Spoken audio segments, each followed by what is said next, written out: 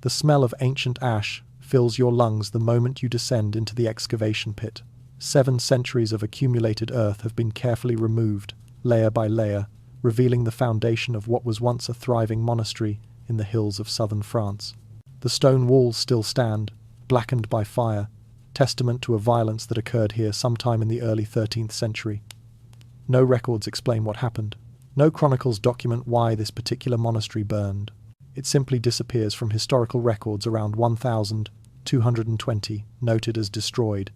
Its inhabitants scattered or killed, its purpose forgotten. But buried beneath the rubble, preserved by the very ash that consumed the building, something survived. Dr. Sarah Beaumont kneels in the dirt, her gloved hands working with archaeological precision to separate fragments of parchment from the charred wood that once formed library shelves. The pages are brittle, edges crumbling at the slightest pressure, text obscured by centuries of moisture and decay. Most fragments are too damaged to read, just shadows of ink on blackened vellum. But some pieces, protected by layers of collapsed ceiling and compressed ash, retained enough structure to reveal their secrets. She lifts one fragment toward the light. Her hands are trembling slightly, though whether from cold or excitement, it's difficult to say. The text is clearly medieval. The handwriting style dates to the early 13th century. The letter forms characteristic of monastic scribes trained in formal calligraphy. But something is wrong, or rather, something is unexpected. The language isn't Latin. Not the Latin of church liturgy, not the Latin of theological treatises, not the Latin that dominated every monastery library across medieval Europe. This is vernacular text, written in the common language of ordinary people, rather than the scholarly tongue of educated clergy. That alone wouldn't be remarkable. Vernacular texts existed in medieval monasteries, typically practical documents like account ledgers or property records. But this isn't a ledger. The writing is literary, sophisticated, carefully composed, complex sentence structures, poetic rhythms, theological or philosophical content, judging by the vocabulary that's still legible. This is refined intellectual work written in a language that shouldn't appear in such elevated form within monastery walls. Dr. Beaumont recognizes the language. Her specialty is medieval, Romance languages, particularly the vernacular tongues that emerged from Latin across southern Europe. She spent 15 years studying fragments like these, piecing together linguistic history from damaged manuscripts. She knows what she's looking at, even before she fully translates the visible text. Occitan, the ancient language of southern France, once one of the most sophisticated literary languages in medieval Europe. A language that was systematically suppressed, its speakers persecuted, its books burned by order of the Church and the French crown. A language that by the 14th century had been effectively eliminated from written culture, surviving only in remote villages as a rapidly deteriorating oral tradition. And here it is, preserved in a monastery that was burned to eliminate exactly this kind of evidence. Someone had hidden these texts, concealing them in the building's structure, perhaps hoping they would survive whatever destruction was coming. They had succeeded. The fire that was meant to erase these pages instead created the conditions that preserved them. Ash, forming a protective seal, collapsed walls, creating a microenvironment that prevented complete decomposition. This discovery isn't isolated. Across southern France and northern Spain, archaeological teams have found similar burned manuscripts in the ruins of medieval buildings, all dating to the same period, the early 13th century, all containing texts in Occitan or related vernacular languages, all deliberately destroyed in coordinated acts of cultural elimination. The pattern suggests something more than random violence. This was systematic. This was policy. Dr. Beaumont reads a fragment aloud, her pronunciation careful, her voice barely above a whisper in the quiet excavation site. The words are Occitan rhythmic, elegant, expressing ideas about divine love and human understanding, with a sophistication that rivals anything written in Latin during the same period. The text argues that truth can be found through direct spiritual experience, rather than through church authority. Heretical ideas, from the church's perspective, dangerous ideas that needed to be eliminated, but someone thought these ideas were worth hiding, worth preserving, worth risking their life to protect. Someone believed that these pages contained knowledge too valuable to let die, even when the entire institutional power of medieval Christendom was determined to burn every trace of this language and the culture it represented.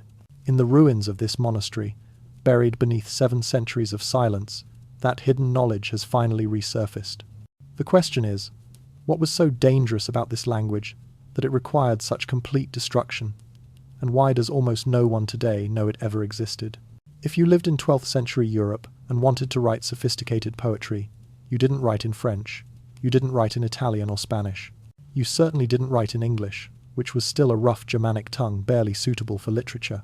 If you wanted your words to be taken seriously, if you wanted to express complex emotions and philosophical ideas with precision and beauty, you wrote in Occitan, not Latin.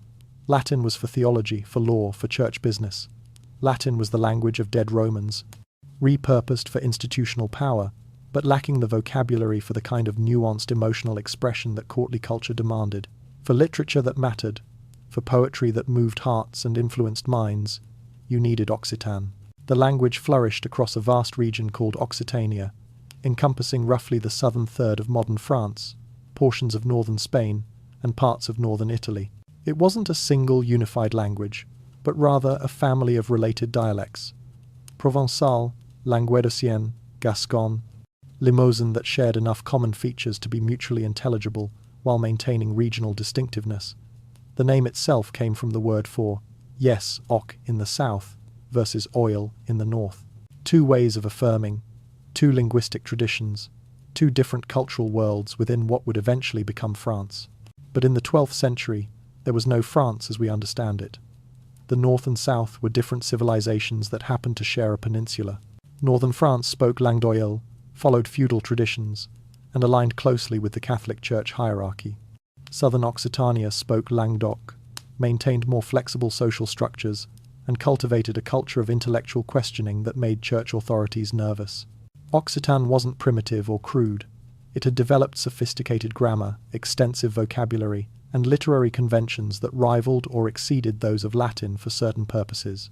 Troubadours, professional poets, and musicians, attached to noble courts, created an entire literary tradition in Occitan that would influence all subsequent European poetry. The concept of courtly love, the conventions of romantic lyric, the techniques of rhyme and metre that shaped later Italian, French, and English poetry all originated in Occitan troubadour culture. Dante Alighieri, writing his Divine Comedy in Italian, acknowledged Occitan as one of his primary influences. Petrarch studied Occitan poetry. Chaucer's love poetry shows clear Occitan influence, filtered through French and Italian intermediaries. When we read Shakespeare's sonnets about romantic love, we're hearing echoes of Occitan troubadours writing 4 centuries earlier. The entire European tradition of expressing romantic emotion through structured verse comes from Occitan roots. The language carried not just poetry but also scientific and philosophical works. Scholars in Occitania translated Arabic texts on mathematics, astronomy, and medicine into Occitan, making advanced knowledge accessible to educated people who didn't read Latin or Arabic. Theological debates were conducted in Occitan, allowing ideas to reach audiences beyond the Latin-educated clergy. The language democratized knowledge in ways that threatened institutional control. Occitan was powerful. It gave speakers the ability to express complex ideas outside church-controlled channels. It provided a cultural identity independent from the French crown's centralizing ambitions. It enabled communication across a vast region that might otherwise have remained fragmented into isolated dialect communities. In the 12th century, Occitan was arguably the most important cultural language in Western Europe after Latin. Then, within a single century, it was nearly destroyed. By 1300, writing in Occitan had become dangerous, potentially fatal. By 1400, Occitan literature had almost completely ceased production. By 1500, the language survived primarily in rural areas, fragmented into isolated dialects, no longer taught or used for formal purposes. By the 20th century, Occitan was classified as an endangered language, spoken by fewer than 1 million people, mostly elderly residents of remote villages. Today, most people have never heard of it. The language that created European love poetry, that influenced Dante and shaped literary traditions across the continent, that was once spoken by millions and produced a sophisticated literary culture nearly forgotten, almost erased, remembered primarily by specialists in medieval studies. How does a language that powerful vanish so completely? The answer involves politics, religion, crusade, and one of the most systematic campaigns of cultural destruction in European history. Occitan wasn't just a language, it was an attitude, a way of thinking, a cultural framework that prized questioning over obedience. And in medieval Europe, questioning could get you killed. The courts and cities of Occitania fostered something unusual for the Middle Ages, a tradition of intellectual debate that didn't automatically defer to church authority. Troubadours engaged in complex poetic disputes called tensons, arguing about ethics, theology, the nature of love, the limits of lordly power. These weren't just literary exercises. They were genuine philosophical debates conducted in public, before audiences who could judge the arguments and decide who reasoned better. The region's prosperity enabled this culture. Occitania was wealthy from Mediterranean trade, from agriculture in fertile valleys, from textile production and wine exports. Nobles had resources to patronize poets, scholars, and religious thinkers. Cities had enough independence to resist both church and royal interference in local affairs. People had leisure to think about questions beyond survival. Into this environment came the Cathars. They called themselves good Christians, or simply Christians, believing they practiced a purer form of the faith than the corrupt Catholic Church. Their critics called them Albigensians, after the city of Albi, where they were particularly strong. Their theology was radical and, from the Catholic perspective, utterly heretical. Cathars believed in dualism, that the material world was created by an evil god and the spiritual world by a good god. They rejected the Old Testament. They denied that Jesus had a physical body. They refused the sacraments, claiming bread and wine couldn't transmit grace. They rejected the authority of priests, arguing that church hierarchy was a human invention with no divine sanction. They practiced strict asceticism, with their spiritual leaders the perfecti renouncing meat, sex, and material possessions entirely.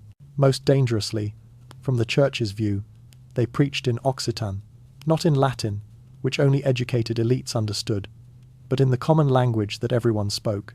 Cathar perfecti travelled through villages giving sermons that ordinary peasants could comprehend, explaining theology in vernacular terms, making religion accessible without priestly mediation. This was revolutionary and threatening. The Catholic Church's power rested on monopolizing access to divine truth. Priests translated God's will through Latin liturgy that lay people couldn't understand. Bishops interpreted scripture that commoners couldn't read. The entire ecclesiastical hierarchy existed to mediate between God and humanity. And this mediation justified the Church's wealth, political power, and social authority. Cathars eliminated the middleman. Their preachers spoke directly to people in language they understood, argued that each person could achieve salvation through personal spiritual discipline rather than through sacraments administered by priests, and demonstrated through their own ascetic practices that holiness didn't require elaborate church bureaucracy. Occitan enabled this theological revolution. The language's sophistication meant heretical ideas could be expressed with precision and persuasive power. Its widespread use meant those ideas spread rapidly across Occitania. Its association with literary culture gave Cathar teachings cultural prestige that mere peasant superstition couldn't claim. Not all Occitan speakers were Cathars. Many, probably most, remained Orthodox Catholics. The language itself wasn't heretical, but in the Church's analysis, Occitan culture had created conditions where heresy flourished. The questioning attitude, the intellectual independence, the tradition of debating authority rather than automatically accepting it all. Of this seemed connected to the language and the society it sustained. By the early 13th century, the Catholic Church faced a crisis. Cathar communities were growing throughout Occitania, despite decades of preaching campaigns and attempted persuasion. Entire noble families had converted. Some cities were predominantly Cathar. The heresy was spreading into northern Italy, threatening to establish itself permanently across southern Europe. Traditional methods of combating heresy, excommunication, preaching missions, debates with heretics had failed. Pope Innocent III decided drastic measures were necessary. In 1209, he launched a crusade, not against Muslims in distant lands, but against Christians in southern France. The targets were Cathars, certainly, but also the culture that had enabled them, the language that had empowered them, the entire civilization of Occitania that had asked too many questions and challenged too much authority. The Albigensian Crusade began, and with it, the systematic destruction of Occitan culture. What followed was 20 years of war, massacre, and cultural annihilation that nearly erased a language from existence. Imagine a world where poets were celebrities, where the ability to craft a perfect verse could elevate you from obscurity to fame, where nobles competed not through violence but through patronage of the most talented artists. That world existed in 12th century Occitania, and it spoke a language most people today have never heard of. The courts of southern France, Toulouse with its red brick palaces, Carcassonne with its double walls, Avignon overlooking the Rhône became centres of a cultural revolution. Nobles didn't just maintain armies and administer justice.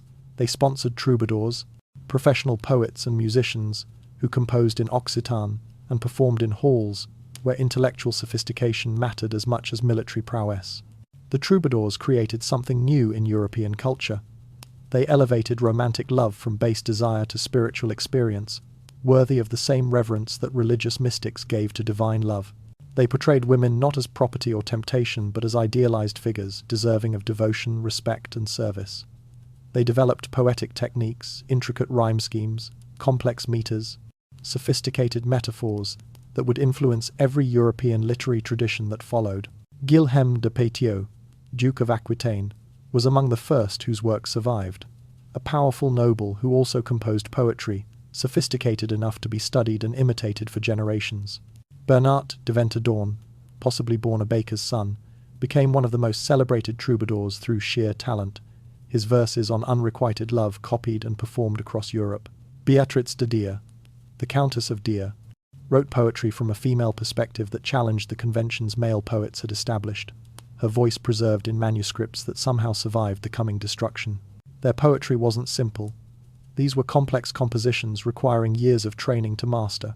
A troubadour needed to understand not just melody and rhythm, but also rhetoric, classical allusions, and the subtle codes of courtly behavior. The best troubadours could improvise verses responding to challenges from rivals, conducting poetic duels that audiences judged like sporting contests. And they wrote in Occitan. Not the Latin of church and scholarship, which only educated elites understood. Not the rough northern French that was still developing literary conventions. Occitan, with its vocabulary evolved specifically for expressing nuanced emotions, its grammar flexible enough for complex artistic effects, its sound beautiful enough that even listeners who didn't fully grasp the meaning could appreciate the music of the words. The concepts they created in this language became foundational to Western culture. Courtly loved the idea that loving someone could make you a better person, that devotion itself was ennobling regardless of whether that love was returned. The celebration of the beloved as an idealized figure whose perfection inspired artistic and moral improvement. The notion that emotional expression through structured art was valuable, even sacred. These ideas, born in Occitan poetry, spread throughout Europe. Dante Alighieri studied Occitan troubadours before writing his Divine Comedy. Petrarch's love sonnets show clear Occitan influence. When Chaucer wrote about courtly love in Middle English, he was channeling traditions established by Occitan poets a century earlier. The entire European convention of expressing romantic emotion through verse traces back to 12th century Occitania.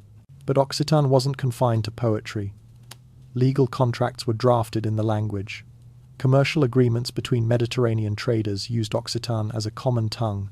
Scientific and medical treatises translated from Arabic knowledge from the Islamic world that would later fuel the European Renaissance were rendered into Occitan by scholars who made advanced learning accessible beyond Latin reading, clergy. The courts of Occitania fostered something rare in medieval Europe: intellectual tolerance. Jewish scholars debated with Christian philosophers. Muslim merchants traded alongside Catholic nobles. Religious diversity coexisted without the violent suppression common elsewhere. This cosmopolitanism produced art, science, and philosophy that was centuries ahead of its time. Eleanor of Aquitaine, one of the most powerful women in medieval history, grew up in Occitan courts absorbing this culture. When she married the King of France and later the King of England, she brought Occitan literary traditions north, spreading their influence to regions that had never heard troubadour poetry. Her courts in Paris and London became centres where Occitan culture shaped emerging French and English literature. This was Occitania's golden age.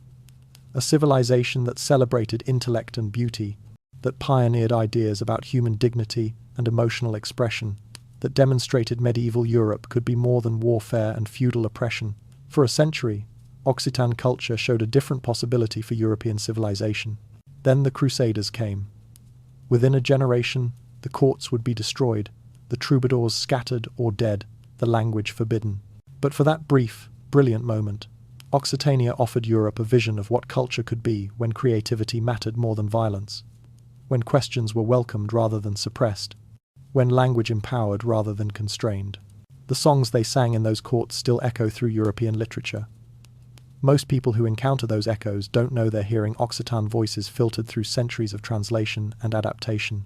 The source has been nearly forgotten, deliberately erased by forces that found such beauty dangerous.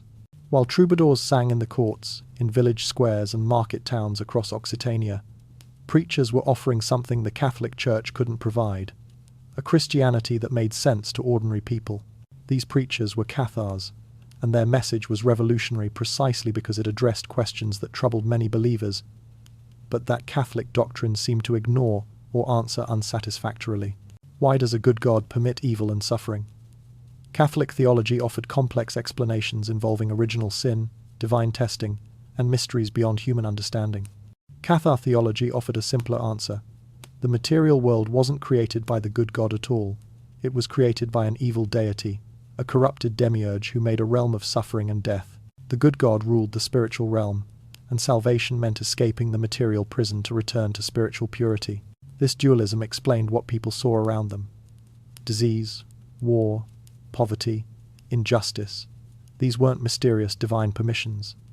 They were the natural products of an evil world. The good God hadn't created this suffering. He offered escape from it. Why were Catholic priests so wealthy when Jesus preached poverty? Why did bishops live in palaces while peasants starved?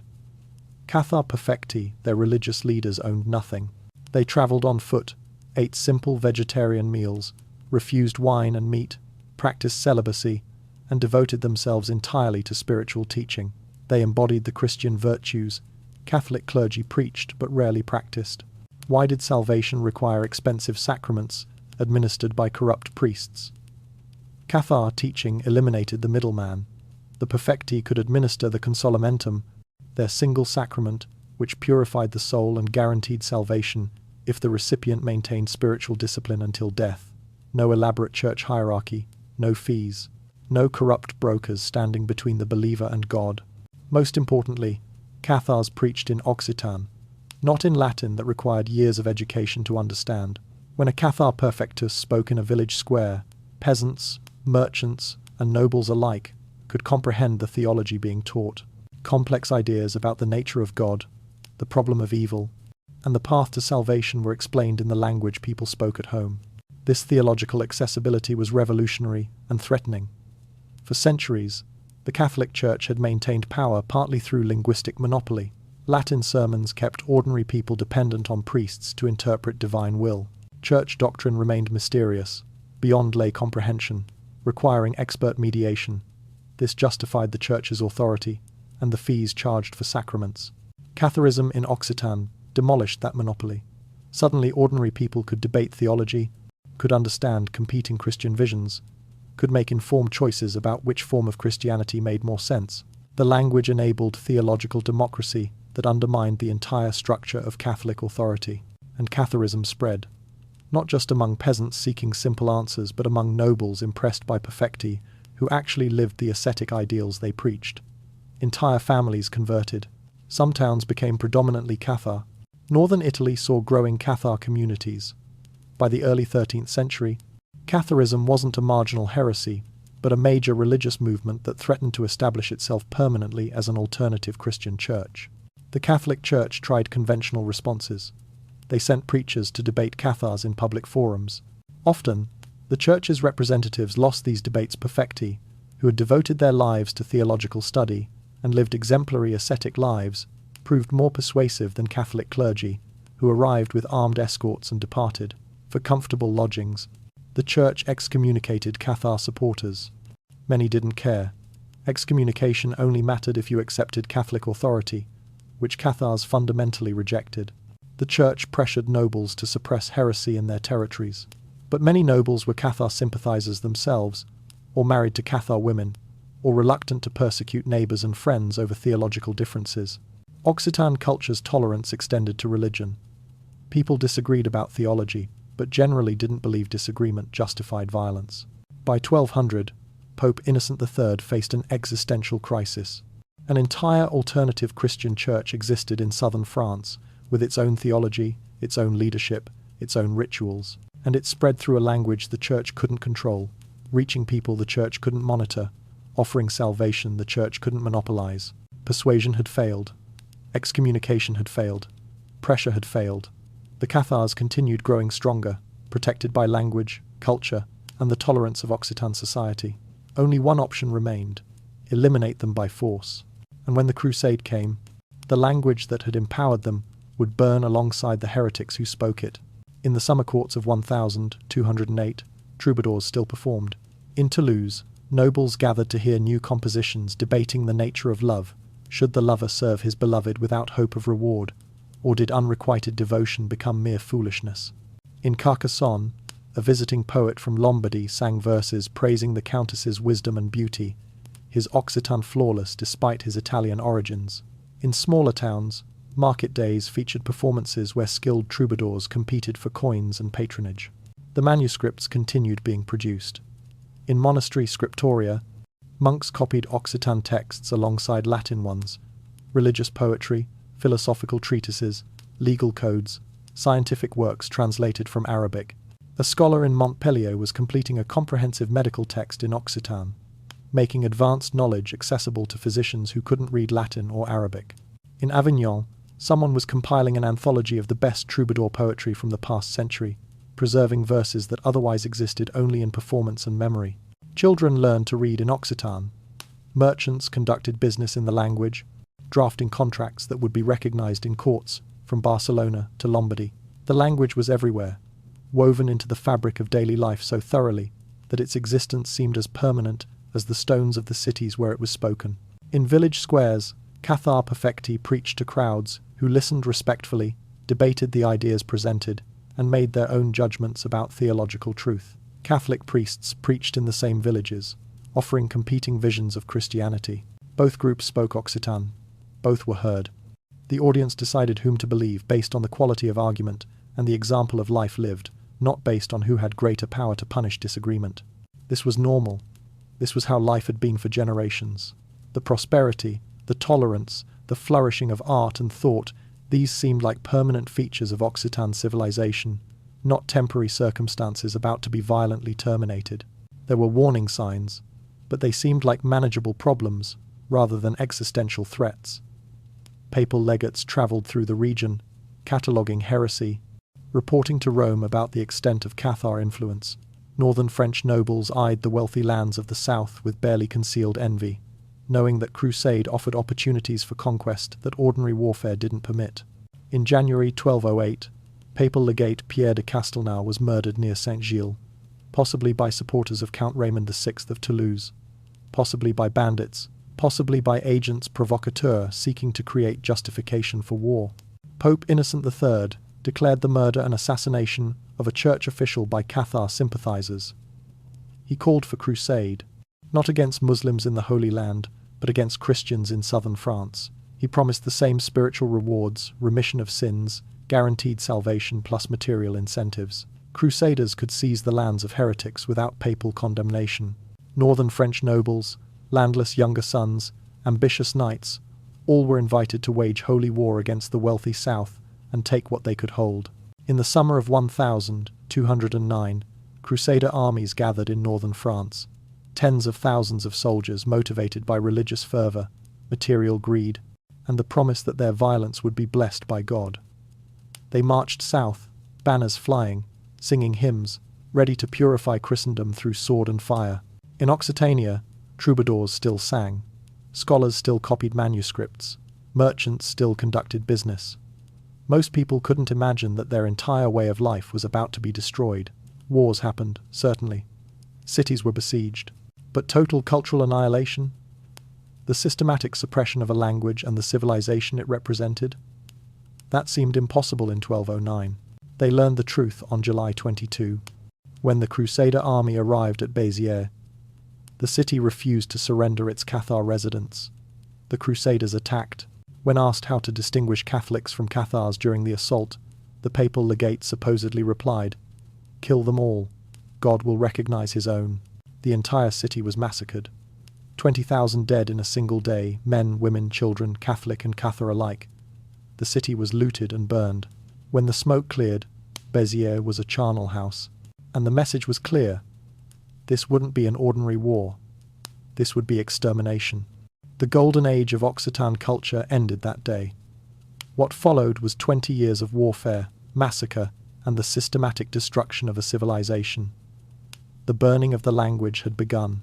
The 22nd of July, 1209, the Crusader army stood before the walls of Béziers, a fortified city in Occitania, known for its merchant wealth and its significant Cathar population. The papal legate, Arnaud Amalric, sent messengers with an ultimatum: surrender all Cathars in the city for trial and execution, or face siege. The city's response was defiant. They would not betray their neighbours, their friends, their family members, Cathar or Catholic, to northern invaders claiming religious authority. The Crusaders prepared for a long siege. Béziers was well defended, well supplied, capable of holding out for months. But something unexpected happened. A skirmish near the gates escalated. Crusader forces breached the defences. Within hours, the entire army poured into the city like water through a broken dam. What followed wasn't a siege. It was slaughter. Crusaders moved through streets, killing everyone they encountered. No questions about religious affiliation, no inquiries about guilt or innocence, no distinction between Cathar perfecti and Catholic priests, between heretics and Orthodox believers, between combatants and civilians. They killed indiscriminately. Men cut down in the streets, women and children butchered in their homes, refugees seeking sanctuary in churches massacred at the altars they thought would protect them. The story that emerged from this massacre would haunt European memory for centuries. When Crusaders asked Arnaud Amalric how to distinguish Catholics from Cathars during the assault, he supposedly replied, "Cadite eos, novit enim dominus qui sunt eos, kill them all, God will know his own." Whether he actually spoke these words is debatable. Amalric's own later writings don't mention it, but the story was recorded by contemporary chroniclers and believed widely enough to be repeated across Europe. And whether he said it or not, the massacre proved the sentiment true. The Crusaders didn't bother distinguishing between Catholics and Cathars. They killed everyone. Chronicles estimate between 15 and 20,000 dead in a single day. Virtually the entire population of Béziers. Bodies piled in streets, blood running in gutters. The city was then looted, churches stripped of valuables, homes ransacked, treasuries emptied. Finally, it was burned. When Crusaders departed, Béziers was a smoking ruin populated only by corpses and ravens. The message was unmistakable. This wasn't careful theological persecution aimed at converting or punishing specific heretics. This was cultural warfare.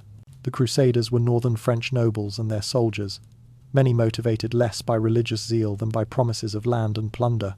Pope Innocent III had offered them the same spiritual benefits as crusading in the Holy Land: remission of sins, guaranteed salvation, plus material incentives.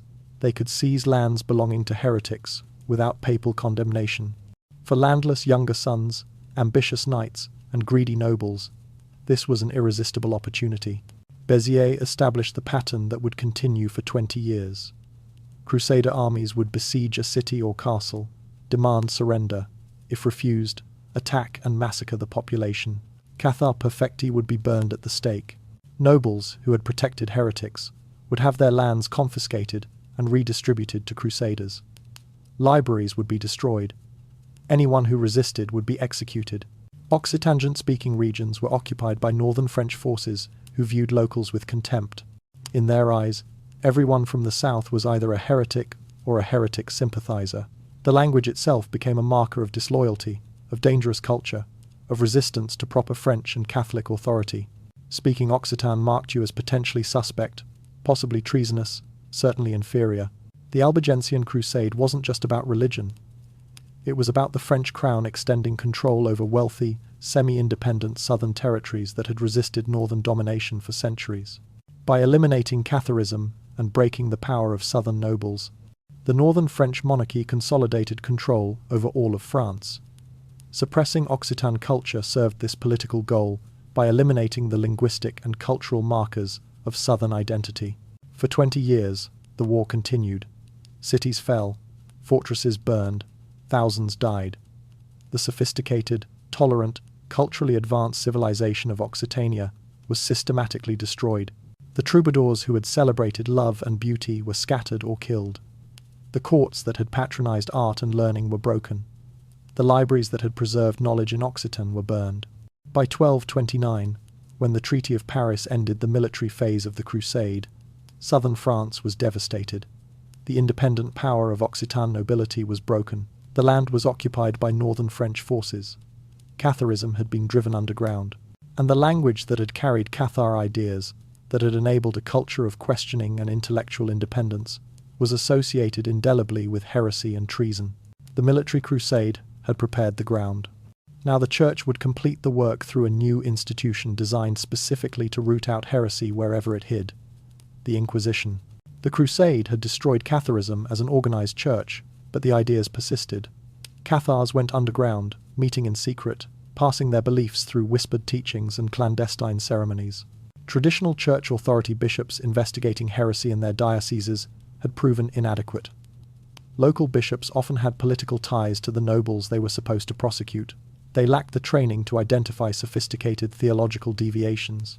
They were too slow, too lenient, too easily deceived. The Catholic Church needed something new, something systematic, something ruthless enough to root out heresy in all its forms, even when it hid beneath orthodox appearances. In 1233, Pope Gregory IX established the Papal Inquisition, staffed primarily by Dominican friars and given extraordinary powers to investigate, prosecute, and punish heresy wherever they found it. The Inquisition operated with terrifying efficiency. Inquisitors would arrive in a town and announce a period of grace, typically 30 days, during which people could voluntarily confess heresy and receive light punishment, usually public penance and a fine. This period served dual purposes. It encouraged self-reporting and created a baseline of confessions against which later denials could be measured. After the grace period ended, the real investigations began. Inquisitors accepted anonymous accusations. Anyone could denounce anyone else, neighbor against neighbor, servant against master, family member against family. The accused wasn't told who had accused them, or what specific charges they faced. Defense was nearly impossible when you didn't know the evidence against you. Torture was authorized to extract confessions. The Church technically didn't torture people. Inquisitors would hand suspects to secular authorities who applied enhanced interrogation, then receive the broken prisoner back to hear confession. This legal fiction preserved the Church's claim that it didn't shed blood, while ensuring cooperation through systematic brutality. Those found guilty of unrepentant heresy were relaxed to secular authorities for execution, typically by burning at the stake. The Church could claim it never executed anyone. Secular authorities did that. The fact that secular authorities had no choice but to carry out inquisitorial sentences was conveniently ignored. The Inquisition kept meticulous records. Every trial was documented, every confession recorded, every accusation filed and cross-referenced. These records created networks of association, mapping heretical communities through testimony. If someone confessed to attending a secret Cathar service, inquisitors would ask who else was present. Those names became targets for investigation. Under torture, those individuals would reveal other names. The network expanded, sweeping up not just committed Cathars, but anyone who had ever associated with heresy, even unknowingly. But the Inquisition's mission expanded beyond hunting individual heretics. Inquisitors began targeting the cultural infrastructure that had enabled heresy, particularly Occitan language and literature. Their reasoning was sophisticated. Cathar ideas had spread because they were preached in Occitan, making them accessible to ordinary people. Vernacular literacy enabled heresy by allowing people to read and discuss theology without church mediation. Therefore, controlling the language meant controlling the spread of heretical ideas. Inquisitorial records document the seizure and burning of Occitan manuscripts, not just religious texts but secular literature too: troubadour poetry, scientific treatises, philosophical works. Inquisitors argued that any text in Occitan could spread dangerous ideas because the language itself was associated with heresy and intellectual independence. Possessing certain Occitan books became evidence of heretical sympathy, even if the books contained nothing explicitly heretical. Teachers who instructed children in Occitan rather than Latin or French drew investigation. What were they teaching? Why in the heretical language? Were they spreading Cathar ideas disguised as education? Interrogations focused on what books people owned, what language they were written in, who had given them those books. The Inquisition created an atmosphere of paranoia, where speaking Occitan could draw suspicion, where owning Occitan literature risked accusation, where preserving the cultural heritage of Occitania marked you as potentially disloyal to church and crown. The goal wasn't just to eliminate Catharism, it was to eliminate the linguistic and cultural conditions that had allowed Catharism to flourish. The Inquisition didn't need to police every conversation or confiscate every manuscript. They just needed to make Occitan dangerous enough that people voluntarily abandoned it, switching to French or Latin to prove their loyalty and protect their families. Terror was a remarkably effective tool for cultural transformation. High in the Pyrenees, perched on a rocky peak that seemed to touch the clouds, stood Montségur. The fortress was nearly impregnable, steep cliffs on all sides, a single narrow path to the gates, walls that had withstood previous attacks. For years it served as the headquarters of the surviving Cathar church, sheltering perfecti who fled persecution in the lowlands, protecting believers who refused to abandon their faith despite the Crusade's devastation. Montségur was more than a military stronghold. It was a symbol. As long as it stood, Catharism survived. As long as perfecti preached from its walls, the ideas the church tried to suppress remained alive. As long as the fortress defied royal and inquisitorial authority, the suppression of Occitan culture was incomplete. In 1243, the French crown and the Inquisition decided Montségur must fall. A military force of 10,000 soldiers laid siege to the fortress, and its approximately 400 defenders perfecti, Cathar believers, soldiers loyal to the Lord of Montségur, and families who had sought refuge there. For 10 months, the siege dragged on. Winter in the Pyrenees is brutal snow, ice, winds that cut through armor. Supplies dwindled on both sides. The defenders held on with desperate determination, knowing that surrender meant death for the perfecti and ruin for everyone else. Several times, attackers tried to scale the cliffs and breach the walls. Each time, defenders repelled them, hurling rocks and shooting arrows down at crusaders struggling up impossibly steep approaches. But the outcome was inevitable. In March 1244, with supplies exhausted and further resistance pointless, Montségur negotiated surrender. The terms were harsh but clear. All Cathars who converted to Catholicism would be spared. Those who refused would be burned as heretics. Approximately 200 perfecti and committed believers, men and women, young and old, chose death over conversion. They had weeks to reconsider. They could have saved themselves by simply renouncing beliefs that church authorities could never verify they'd actually abandoned. Instead, they held firm. On the 16th of March 1244, they were led down from the fortress to a field where crusaders had prepared an enormous pyre. The condemned walked calmly, reportedly singing hymns in Occitan, maintaining the serene composure that had always characterized perfecti facing persecution. They were driven into a wooden enclosure filled with brush and logs. Fire was set. 200 people burned together in what became known as the Field of the Burned. The smoke was visible for miles, a final monument to Cathar faith and Occitan culture rising toward the mountain peaks. But something happened before the surrender that the Inquisitors didn't discover until later. In the final nights of the siege, a small group of Cathars escaped from Montségur, rappelling down the cliffs under cover of darkness, carrying something precious. What exactly they carried remains mysterious. Some chronicles mention treasures of the Cathar church. Some legends claim it was gold to fund surviving communities. Some say it was the sect's most sacred texts and theological writings. What's documented is that books and manuscripts were among the items removed.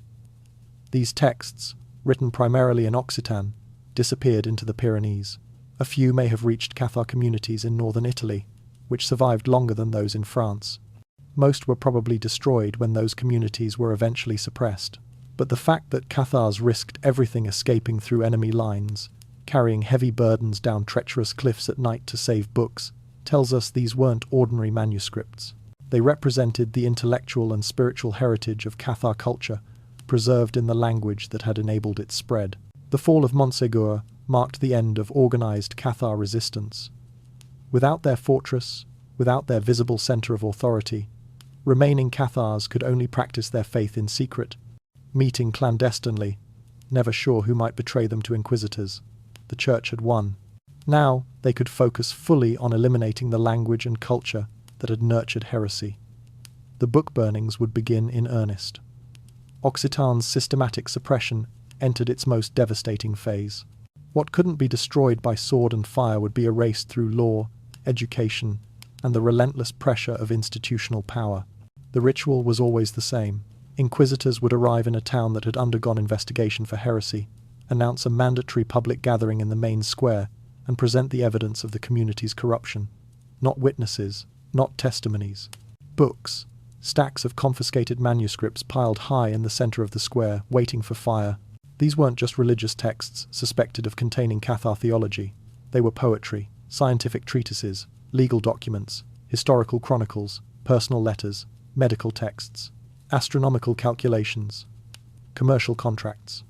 Anything written in Occitan that the Inquisition deemed dangerous, unnecessary, or simply inconvenient. The distinction between heretical and secular didn't matter. If it was in Occitan, it represented a culture that had enabled heresy, and therefore it needed to be destroyed.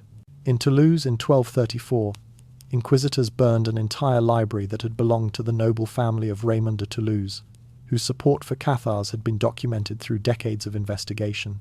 The library was famous throughout Occitania.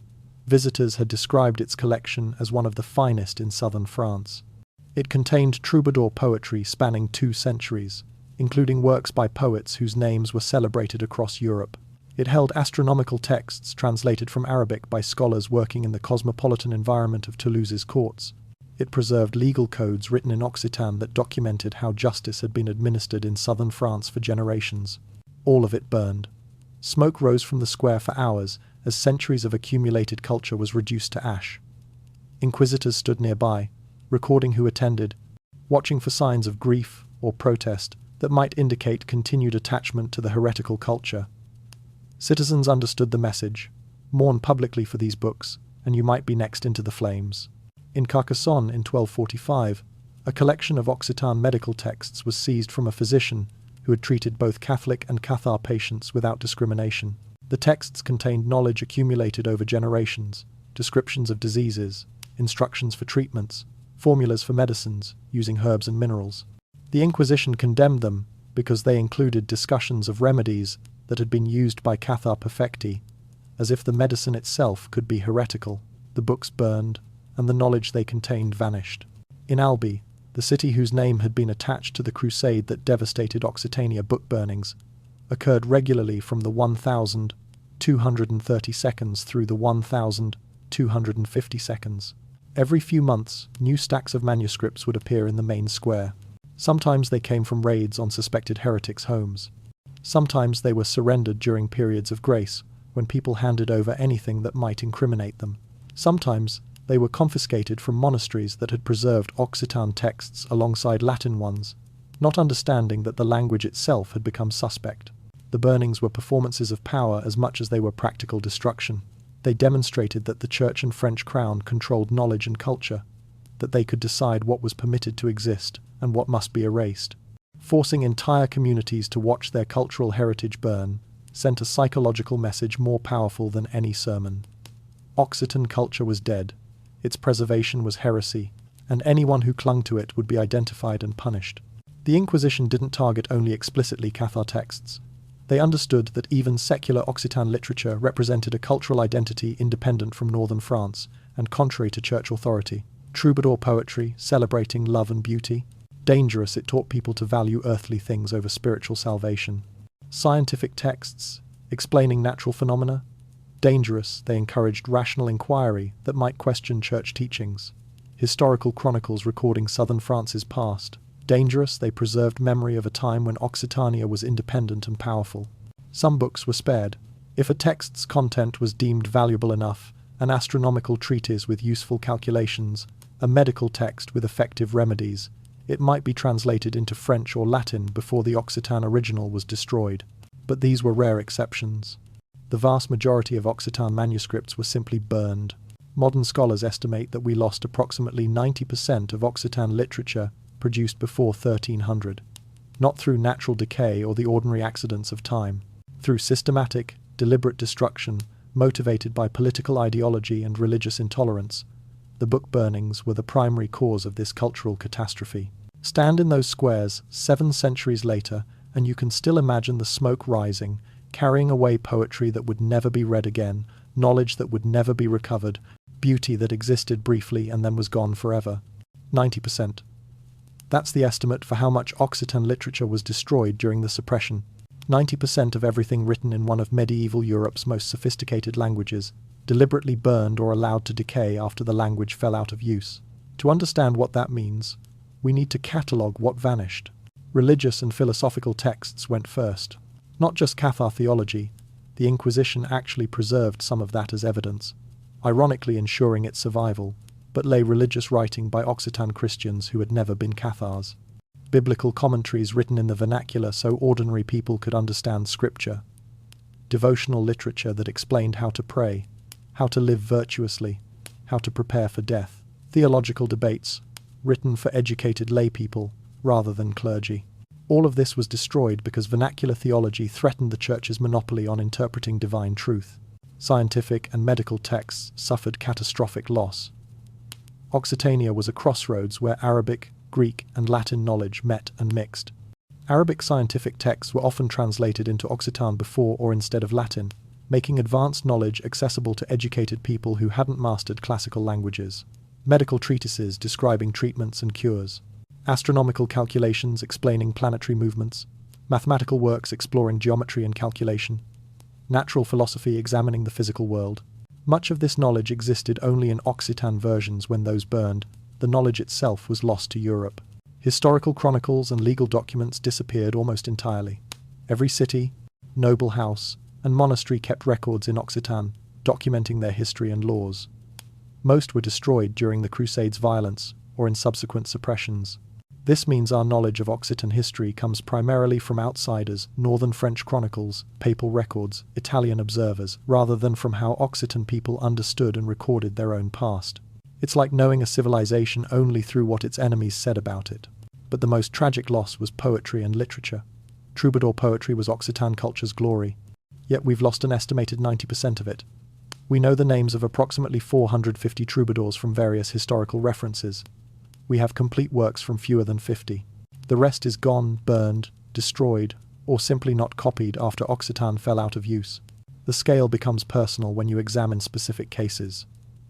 Guillaume de Pétion, Duke of Aquitaine, one of the earliest troubadours whose style influenced everyone who followed, composed dozens of poems. 11 survive. Everything else he created is gone. Eleanor of Aquitaine patronized troubadours throughout her long life and may have composed poetry herself. If she did, none survived. Azalée de Porcaragis, a female troubadour celebrated in her time as one of the most talented poets in southern France, composed works that were copied and performed across Europe. One poem survives. One poem from a celebrated poet's entire body of work. That's what 90% loss means. This wasn't natural attrition. Medieval manuscripts were fragile, certainly. Fire, water, decay, and war destroyed countless books across all languages. But Occitan's losses were disproportionate and deliberate. French literature from the same period survived at far higher rates. Italian literature was carefully preserved. Latin texts were copied repeatedly. Occitan was targeted for destruction, and the targeting was effective. Consider the calculation. If 90% of Occitan literature was lost, and if Occitan literary production was comparable in volume to contemporary French or Italian output, then tens of thousands of pages of poetry, prose, philosophy, and knowledge were destroyed. It's as if 90% of Chaucer, Dante, and Petrarch had been deliberately burned. Imagine Western literature with only fragments of the Divine Comedy, scattered sonnets from Petrarch, a few chapters of the Canterbury Tales. That's the magnitude of what was lost. We'll never know what wisdom was in those books, what beauty was in those poems, what knowledge was in those scientific texts, what historical truths were in those chronicles. The specific content is gone forever, irretrievable, as thoroughly erased as if it never existed. When you destroy a language, you don't just silence its speakers, you erase everything they ever said, thought, or knew. That's the cost of linguistic suppression, not just present silence, but permanent erasure of past voices. Toulouse, 1323. Almost a century has passed since the Albigensian Crusade began. Catharism is extinct. The last known Cathar perfectus died years ago, hunted to the end by relentless inquisitorial persecution. The Crusade is ancient history, the kind of event grandparents remember, but young people only know through stories. Southern France has been thoroughly incorporated into the French kingdom. Occitan persists as a spoken language in rural areas, but French dominates government, law, and commerce. You might think the suppression would be over. The enemy has been defeated. The heresy has been eliminated. The language has been relegated to peasant speech. What more could the Inquisition want? But in 1323, inquisitors in Toulouse discovered something that troubled them, a hidden cache of manuscripts belonging to a literary society that had continued collecting Occitan poetry and prose, despite the language's fall from prestige. These weren't religious texts. These weren't Cathar documents. They were secular literature, the troubadour poetry, and philosophical writings that had made Occitan famous, that had influenced Dante and Petrarch, that represented the artistic glory of Occitan culture before the suppression. The Inquisition seized them anyway. Their reasoning was documented in inquisitorial records. Occitan literature, even secular works, represented a culture of questioning and independence that had enabled heresy. The language itself carried dangerous associations. Allowing it to be celebrated, even in purely artistic contexts, risked preserving cultural memory that the Church and French crown had spent a century trying to eliminate. The manuscripts were publicly burned in Toulouse's main square in a ceremony that looked identical to burnings that had occurred decades earlier. City officials attended, inquisitors presided. The books burned, smoke rising from pages of poetry that would never be read again. What makes this burning particularly significant is what it reveals about the nature of suppression. Almost a century after the campaign against Occitan began, authorities were still actively hunting and destroying Occitan literature. This wasn't a short-term emergency response to Cathar heresy. This was sustained, long-term policy of cultural erasure, extending far beyond the original justification. Inquisitorial records from this burning include a detail that shows how thorough the erasure attempt was. Among the burned manuscripts were copies of works by Dante Alighieri and other Italian poets who had written admiringly about Occitan troubadour traditions. Dante had explicitly praised Occitan poetry in his De Vulgari Eloquentia, calling it one of the great literary languages of Europe. Even Italian literature celebrating Occitan was deemed dangerous enough to destroy. This was one of the last major documented public burnings specifically targeting Occitan, not because the campaign ended, but because by 1323 there wasn't much left to burn. The language had declined so dramatically that it no longer seemed threatening. French had replaced Occitan in every important domain: government, law, commerce, education, high culture. Occitan persisted only as a spoken language among rural populations and the urban poor, and even there it was increasingly giving way to French. The transition from active suppression to passive neglect marked the final stage of linguistic death. Once Occitan stopped being used for important functions, it became just a dialect considered backward, rustic, the language of peasants and the uneducated. Parents stopped teaching it to their children because French offered better social and economic opportunities. Teachers taught only in French because Occitan had no official status. Scribes copied only French or Latin manuscripts because there was no market for Occitan books. The language didn't need to be banned anymore. It was dying on its own, its death made inevitable by the earlier suppression that had stripped it of prestige, power, and purpose. By the mid-14th century, Occitan literature had essentially ceased being produced. The few who still wrote in the language were isolated antiquarians, preserving something they knew was already dead. A language dies not when its last speaker falls silent, but when no one sees any reason to speak it anymore. When speaking, it marks you as inferior rather than connecting you to a proud cultural tradition. When it has no books, no schools, no official recognition, no future. That's how Occitan died, not through violence, though violence started the process, but through irrelevance. In villages tucked into the Pyrenees foothills, in remote valleys where inquisitors rarely travelled, in farmhouses far from cities where French authority was absolute, something dangerous was happening. Children were learning to read, not in French, not in Latin, in Occitan. These weren't schools in any institutional sense. No buildings designated for education, no officially recognized teachers, no curriculum approved by church or crown, just grandparents gathering a handful of children in their homes after dark, teaching them letters and words in the language their ancestors had spoken, the language that had once been celebrated across Europe, but now marked you as potentially disloyal. An old man who had been a scribe before the suppression might teach village children to write Occitan characters, showing them how certain sounds were represented on parchment, how words connected to form meaning. He would use whatever texts he had preserved, perhaps a fragment of troubadour poetry copied from memory, perhaps a religious text that had somehow escaped confiscation, perhaps just simple sentences. He composed himself to give students something to practice with. A woman who remembered her grandmother singing Occitan songs would teach children those melodies and explain what the words meant, preserving not just language, but cultural memory, who the troubadours were, what Occitan literature had achieved, why their ancestors had valued this language enough to create beauty in it. A village priest who privately disagreed with the suppression might conduct catechism in Occitan rather than Latin or French, arguing, if questioned, that souls mattered more than linguistic politics, and how could peasants understand salvation in languages they barely spoke? This was dangerous reasoning that could draw investigation, but some priests risked it anyway. The lessons were always clandestine, disguised as other activities. A gathering to mend tools or spin wool might include language instruction alongside practical work. A family meal might involve an elder reciting Occitan verse between courses, teaching children to memorize and repeat it. Religious instruction that officially should happen in Latin might slip into Occitan when no outsiders were watching. The risks were real and documented.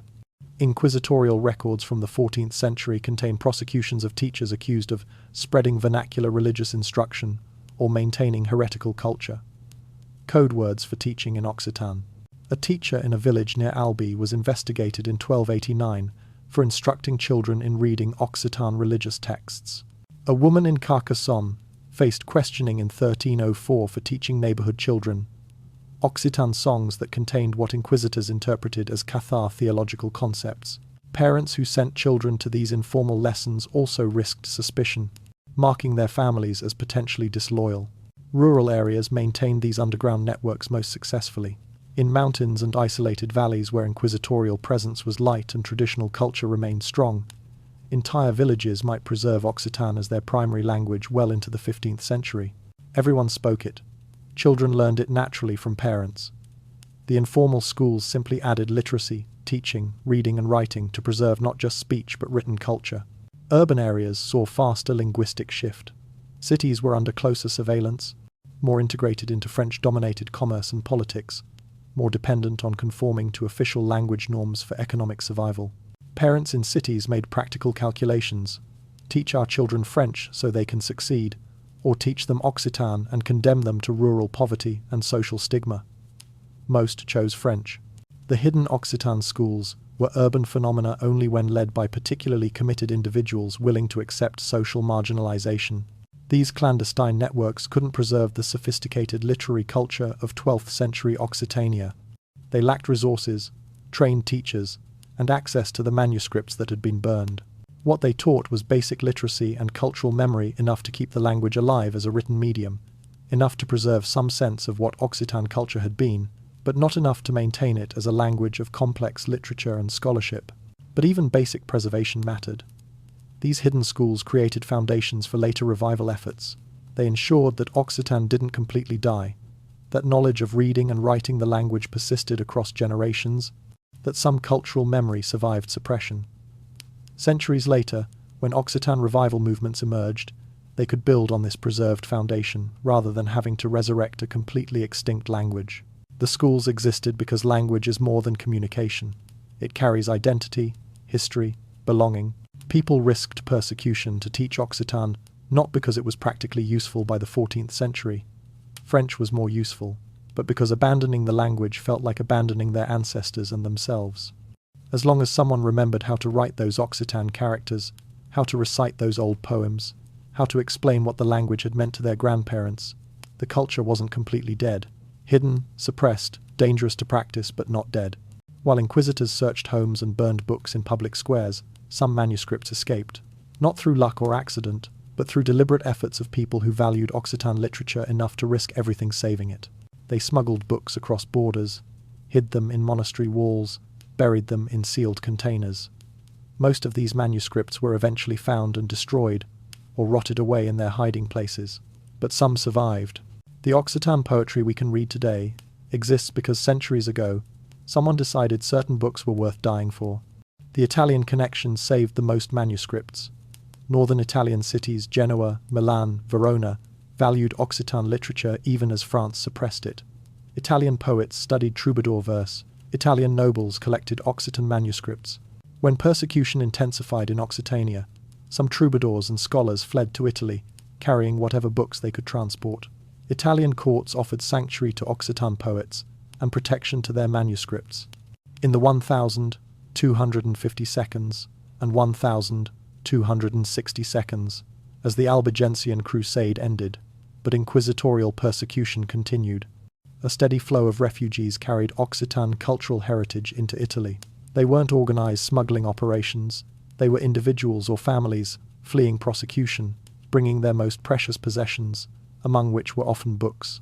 An Italian merchant who traded in Toulouse might agree to carry prohibited manuscripts north through Alpine passes, hiding them among commercial cargo. A troubadour granted refuge in a Genoese noble's court might bring manuscripts he had collected over decades of performance and scholarship. These Italian-preserved manuscripts became some of the most important sources for modern knowledge of Occitan literature. Dante Alighieri, Petrarch, and other Italian writers praised troubadour poetry, ensuring it maintained prestige in Italy, even as France tried to erase it. When Renaissance scholars sought to study medieval literature, they found Occitan manuscripts preserved in Italian libraries that French libraries had purged. Monasteries offered another path to survival, though a dangerous one. Individual monks, despite their institution's official hostility to vernacular texts and association of Occitan with heresy, sometimes preserved manuscripts by hiding them within monastery libraries. They would place forbidden Occitan texts among piles of innocuous Latin volumes, hoping they'd be overlooked during inspections. Some monks literally hid manuscripts inside monastery walls, placing them in hollow spaces during construction or renovation, sealing them behind stone and mortar where inquisitors wouldn't find them. The discovery at the French monastery described in this documentary's opening followed exactly this pattern. Someone in the early 13th century, knowing that suppression was coming or already underway, hid Occitan manuscripts in the monastery's structure. When the monastery burned, whether from accident or deliberate destruction, those hidden manuscripts were preserved by the very fire meant to destroy them, sealed in ash that protected them from decay. Other hiding methods left fewer survivors. Books were disbound, their pages separated and hidden individually to make them less recognizable as prohibited texts. But separated pages were easily lost or discarded by people who didn't recognize their significance. Manuscripts were buried in sealed containers, to be retrieved when suppression ended. But many were never recovered, their locations forgotten when the people who buried them died, or the containers failed and the books rotted underground. Sometimes families simply kept manuscripts, passing them down through generations despite the risk. In 1260, a nobleman from Toulouse, facing prosecution for Cathar sympathies, fled to Catalonia, carrying troubadour manuscripts that had belonged to his family for generations. His descendants preserved those manuscripts for centuries. Today they're in the National Library of Catalonia, representing some of the most important surviving sources of Occitan poetry. These weren't organized resistance movements. They were individual acts, a scribe who loved poetry, copying a manuscript despite danger, a merchant smuggling prohibited texts across borders in his cargo, a family treasuring a book through generations, even when reading it invited suspicion. Individual acts multiplied across decades, ensuring some Occitan literature survived. Most manuscript smugglers and preservers are anonymous. We have their books, but not their names.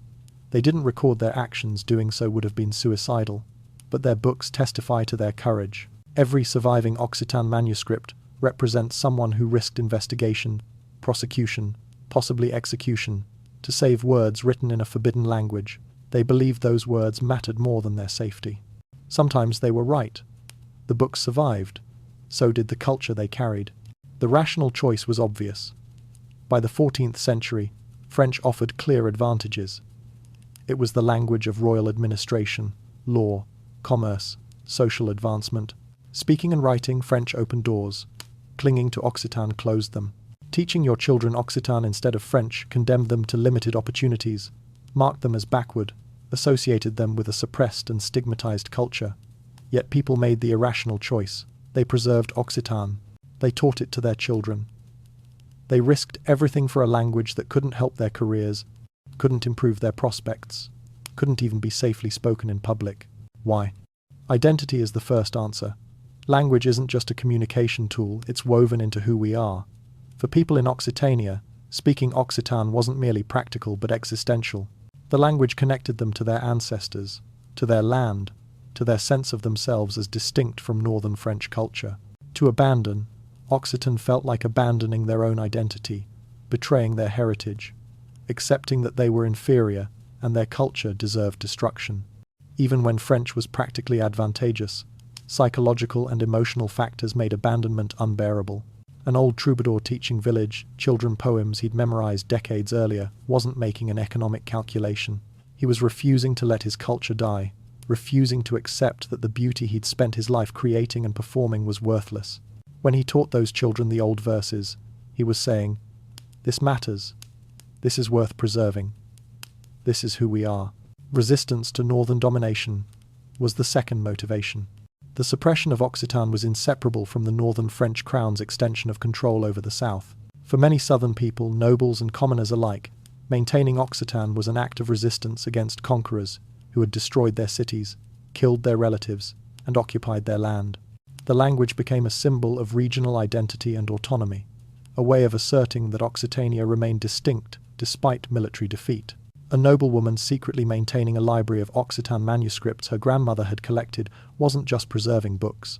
She was preserving proof that her family, her region, her culture had been sophisticated and valuable before northern invaders declared them heretical and backward. Those manuscripts testified to a time when southern France was powerful and culturally advanced. Keeping them was defiance. Religious conviction motivated others.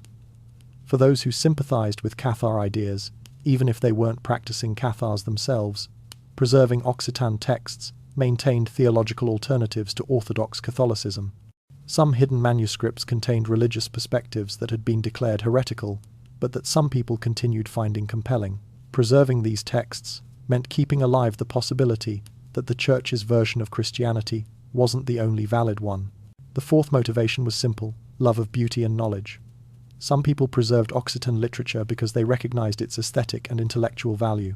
They were scholars, poets, book lovers who understood that troubadour poetry was too beautiful to let die, that the scientific knowledge translated into Occitan was too valuable to lose, that destroying an entire literary tradition impoverished humanity regardless of political or religious considerations.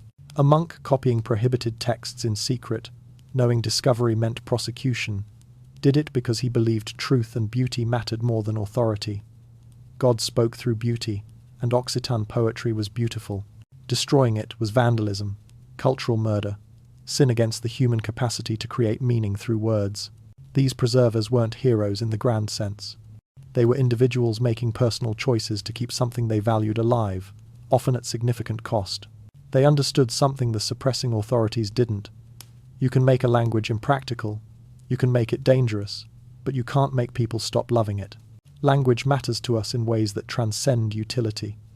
We're not purely rational actors adopting whatever offers best opportunities. We're cultural beings forming attachments to ways of speaking and being that define us.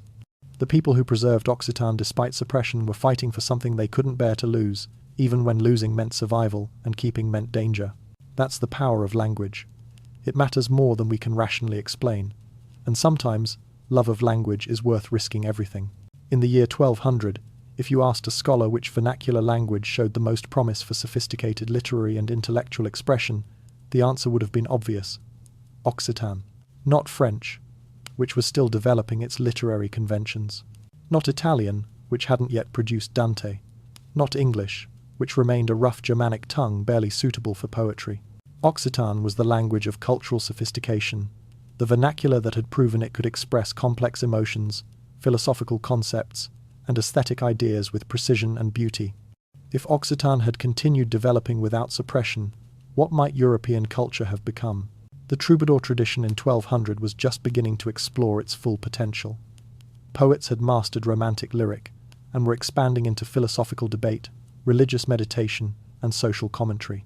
The next logical step was sustained narrative long-form storytelling in Occitan verse that could rival the Latin epics of classical literature.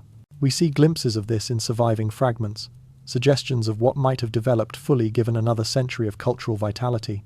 Vernacular theology was emerging. In the 12th century, Occitan was beginning to be used for sophisticated religious and philosophical discussion accessible to non-Latin reading audiences. If this had continued, Occitan might have developed a robust theological literature that democratized intellectual life much earlier than actually occurred in European history. Ordinary people could have engaged with complex ideas about ethics, metaphysics, and spirituality without requiring years of Latin education. The Reformation's vernacular theology in the 16th century might have had 12th century Occitan predecessors. Arabic science flowed into Europe through Occitania. Scholars in Toulouse, Montpellier, and other southern cities translated Arabic texts on mathematics, astronomy, medicine, and natural philosophy. Many of these works were translated into Occitan before or instead of Latin, making advanced knowledge accessible to educated people outside the clergy. If Occitan had remained a prestigious language, more Arabic scientific texts might have been translated into it, potentially accelerating the spread of knowledge throughout Europe. The scientific revolution of the 17th century might have started 2 centuries earlier, built on Occitan language scientific literature. But perhaps the most significant loss was cultural and political. 12th century Occitania represented an alternative model of European society, cosmopolitan, intellectually tolerant, religiously diverse, culturally sophisticated. If this civilization had survived and flourished, it might have influenced European development toward greater intellectual freedom, religious pluralism, and cultural exchange. The catastrophic religious wars that devastated Europe in the 16th and 17th centuries might have been avoided or mitigated if Occitania's model of coexistence had proven sustainable. These are counterfactuals, speculations about paths not taken, but they're grounded in observable historical patterns. We know the Troubadour tradition influenced Italian literature profoundly. Dante acknowledged Occitan poetry as foundational to his own work. Petrarch studied Troubadour techniques. Through Italian literature, Occitan innovations shaped all subsequent European poetry, but this influence was filtered, second-hand, weaker than it might have been. We received echoes of Occitan cultural achievement rather than the full flourishing that might have occurred if the language had continued developing. The elimination of linguistic diversity reduced intellectual possibility. Different languages enabled different ways of thinking and expressing ideas. Occitan had developed vocabulary and conceptual frameworks for discussing love, beauty, and human relationships that Latin and French lacked. When Occitan died, those frameworks were lost. Later European literature had to reinvent concepts that Occitan had already articulated centuries earlier. The timing of suppression is significant. Occitan culture was destroyed in the 13th century, just as European intellectual life was beginning to expand beyond purely religious concerns. The 14th century should have been a period of vernacular cultural flowering in multiple languages. Instead, it was a period of consolidation around Latin and French, with vernacular creativity suppressed. The Renaissance, when it finally came in the 15th and 16th centuries, had to rediscover and reconstruct intellectual freedom and aesthetic sophistication that had existed in 12th century Occitania. In a real sense, the suppression of Occitan set European culture back by centuries. What Renaissance humanists thought was innovation valuing beauty, celebrating human experience, exploring emotional complexity through vernacular literature, was actually recovery of achievements that had existed in Occitan culture before being deliberately destroyed. We lost not just what was, but what might have been. An entire trajectory of European cultural development was cut short, and we'll never know what masterpieces, what scientific advances, what philosophical insights might have emerged if Occitan had been allowed to flourish. That's the true cost of linguistic suppression, not just the destruction of existing works, but the elimination of infinite future possibilities. Before the campaign against Occitan, medieval censorship was reactive and unsystematic. The church banned certain texts, heretical writings, books of magic, works deemed morally corrupting. Individual heretics could be prosecuted, but there was no coordinated mechanism for monitoring and controlling the spread of ideas across entire populations. The Inquisition, created specifically to eliminate Catharism in Occitania, changed that permanently. The Inquisition developed sophisticated techniques that became templates for future censorship. They established networks of informants, reporting on neighbors' reading habits and conversations. They kept meticulous records tracking how ideas spread through communities. They They developed interrogation procedures designed to extract information about social networks of heresy. They created legal frameworks justifying the suppression of dangerous knowledge and the punishment of those who preserved or transmitted forbidden ideas. Most significantly for linguistic history, they established a principle that would persist for centuries.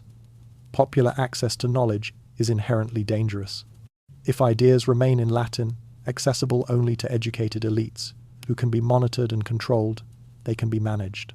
If ideas spread through vernacular languages accessible to ordinary people, they become uncontrollable. The Inquisition's campaign against Occitan demonstrated that controlling language was an effective tool for controlling thought. This lesson wasn't forgotten. When Protestant reformers in the 16th century began translating the Bible into vernacular languages, German, English, French, the Catholic Church responded with arguments and methods developed during the Occitan suppression. Vernacular religious texts spread heresy. Ordinary people misinterpret complex theology without proper guidance. Controlling access to sacred texts through linguistic monopoly is necessary for maintaining religious authority and social order. The Index Librorum Prohibitorum, the Catholic Church's official list of banned books established in 1559, used procedures developed during the Occitan suppression. Books were investigated for dangerous content. Possession of prohibited works was prosecuted. Networks of censorship were established to prevent forbidden texts from circulating. The Spanish Inquisition's persecution of vernacular religious literature drew directly on precedents from the French Inquisition's campaign against Occitan texts. Even Protestant churches, once they gained power and established their own orthodoxies, sometimes used similar censorship techniques. They'd learned from Catholic example that controlling information and suppressing dissent required systematic institutional mechanisms. The tools created to suppress Occitan proved adaptable to other contexts and ideologies. The pattern extended beyond religious censorship. Political authorities learned that linguistic policing could suppress dissent. By controlling what languages could be used for official purposes, what books could be published, what ideas could be expressed publicly, governments could manage populations and prevent organized opposition. The surveillance networks, the informants, the prosecutions for possession of forbidden texts, all these techniques pioneered against Occitan became standard tools of political control. Book burning specifically became a symbolic act of power, a public demonstration that authority could determine what knowledge was permitted to exist. Every major book burning in European history, the Nazi bonfires of 1933, the Stalinist suppressions, the various religious and political purges, followed a script written during the Occitan suppression. Gather prohibited books in a public square. Force the community to watch them burn. Make clear that possessing similar materials will lead to investigation and punishment. Use spectacle to terrorize and control. The continuity is disturbing. Tools created in the 13th century to eliminate a heretical culture in southern France became permanent features of European society, used by various authorities, Catholic and Protestant, royalist and revolutionary, fascist and communist, to suppress dissent and control thought well into the 20th century. Understanding this history reveals that censorship isn't a natural response to dangerous ideas, but a learned practice with specific historical origins. The techniques we now recognize as authoritarian surveillance of reading habits, prosecution for possessing forbidden texts, public destruction of books, linguistic policing, were developed and refined during the campaign against Occitan. They became normalized, accepted as legitimate tools of power, transmitted across centuries and contexts. Every time authorities in European history burned books or banned languages, they were following a playbook written in 13th century Occitania. The legacy of linguistic suppression isn't just the lost language and literature, it's the institutionalization of systematic censorship as an instrument of power. Before the suppression of Occitan, medieval Europeans didn't generally connect political loyalty with linguistic identity. A king might speak one language, while subjects spoke others. Norman kings of England spoke French, while their subjects spoke English. Holy Roman emperors spoke German, while Italian subjects spoke Italian dialects. This linguistic diversity was normal, unremarkable, not seen as threatening to political authority. The French crown's campaign to replace Occitan with French throughout southern France established a new and dangerous principle. Political control requires linguistic control. For the monarchy to fully govern conquered territories, people needed to speak the royal language, understand laws written in that language, and identify culturally with the crown rather than with regional identities. Linguistic uniformity became a tool of state consolidation. This wasn't immediately obvious. The suppression of Occitan was justified primarily through religious arguments about eliminating heresy. But the French monarchy clearly understood the political benefits. By eliminating Occitan as a language of government, law, and high culture, they eliminated a linguistic marker of southern French identity that could have supported regional autonomy or separatist movements. French became the only language of power, and speaking French became essential for social advancement, economic opportunity, and political participation. Other European monarchies noticed. By the 16th century, centralizing states increasingly promoted their royal languages: Castilian Spanish in Spain, Standard French in France, London English in England, while suppressing regional languages. The reasoning was explicitly modelled on the French experience. Linguistic diversity enables regional identity and potential resistance, so national unity requires linguistic unity. The pattern intensified with 19th century nationalism. France banned Breton, Basque, Alsatian, Corsican, and other regional languages in schools, enforcing French-only education and punishing children caught speaking their native tongues. Spain, under various regimes, suppressed Catalan, Galician, and Basque, treating regional languages as threats to national cohesion. The Soviet Union suppressed dozens of minority languages, imposing Russian as the language of power and prestige. In each case, authorities cited the same justifications: national unity, efficient communication, modernization. The irony is brutal. By proving that linguistic suppression was possible and demonstrating techniques for achieving it, the Occitan case made every minority language in Europe vulnerable. Languages that might have survived if left alone became targets precisely because authorities had learned that suppression served political purposes and was achievable through systematic policy. This wasn't inevitable. Switzerland demonstrates that linguistic diversity and national unity can coexist: 4 official languages, 1 nation, functioning democracy. But the Swiss model remained exceptional. The Occitan precedent established linguistic uniformity as the European norm, influencing centuries of language policy that devastated linguistic diversity across the continent. Today, most minority languages in Europe are endangered. Breton, Occitan, Scots Gaelic, Welsh, Basque, Catalan, Corsican, Sardinian, Friulian. Dozens of languages spoken for centuries are now primarily used by elderly people in rural areas, with limited prospects for revival as living languages. Younger generations speak the national languages: French, Spanish, English, Italian, because economic opportunity, education, and social participation require them. The minority languages their grandparents spoke fluently have become markers of backwardness and poverty. This outcome traces directly to ideologies and policies that began with the suppression of Occitan. The idea that national unity requires linguistic uniformity, that regional languages threaten political cohesion, that states have the right to enforce linguistic conformity. All these principles were established or strengthened by the campaign against Occitan. We're experiencing a new phase of this old pattern.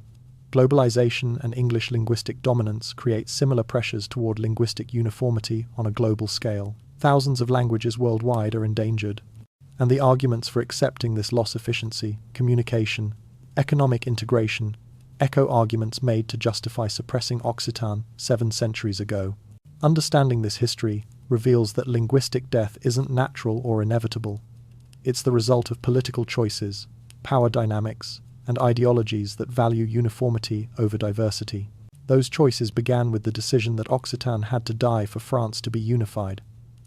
We're still living with the consequences of that decision, watching linguistic diversity decline globally according to patterns established centuries ago in southern France.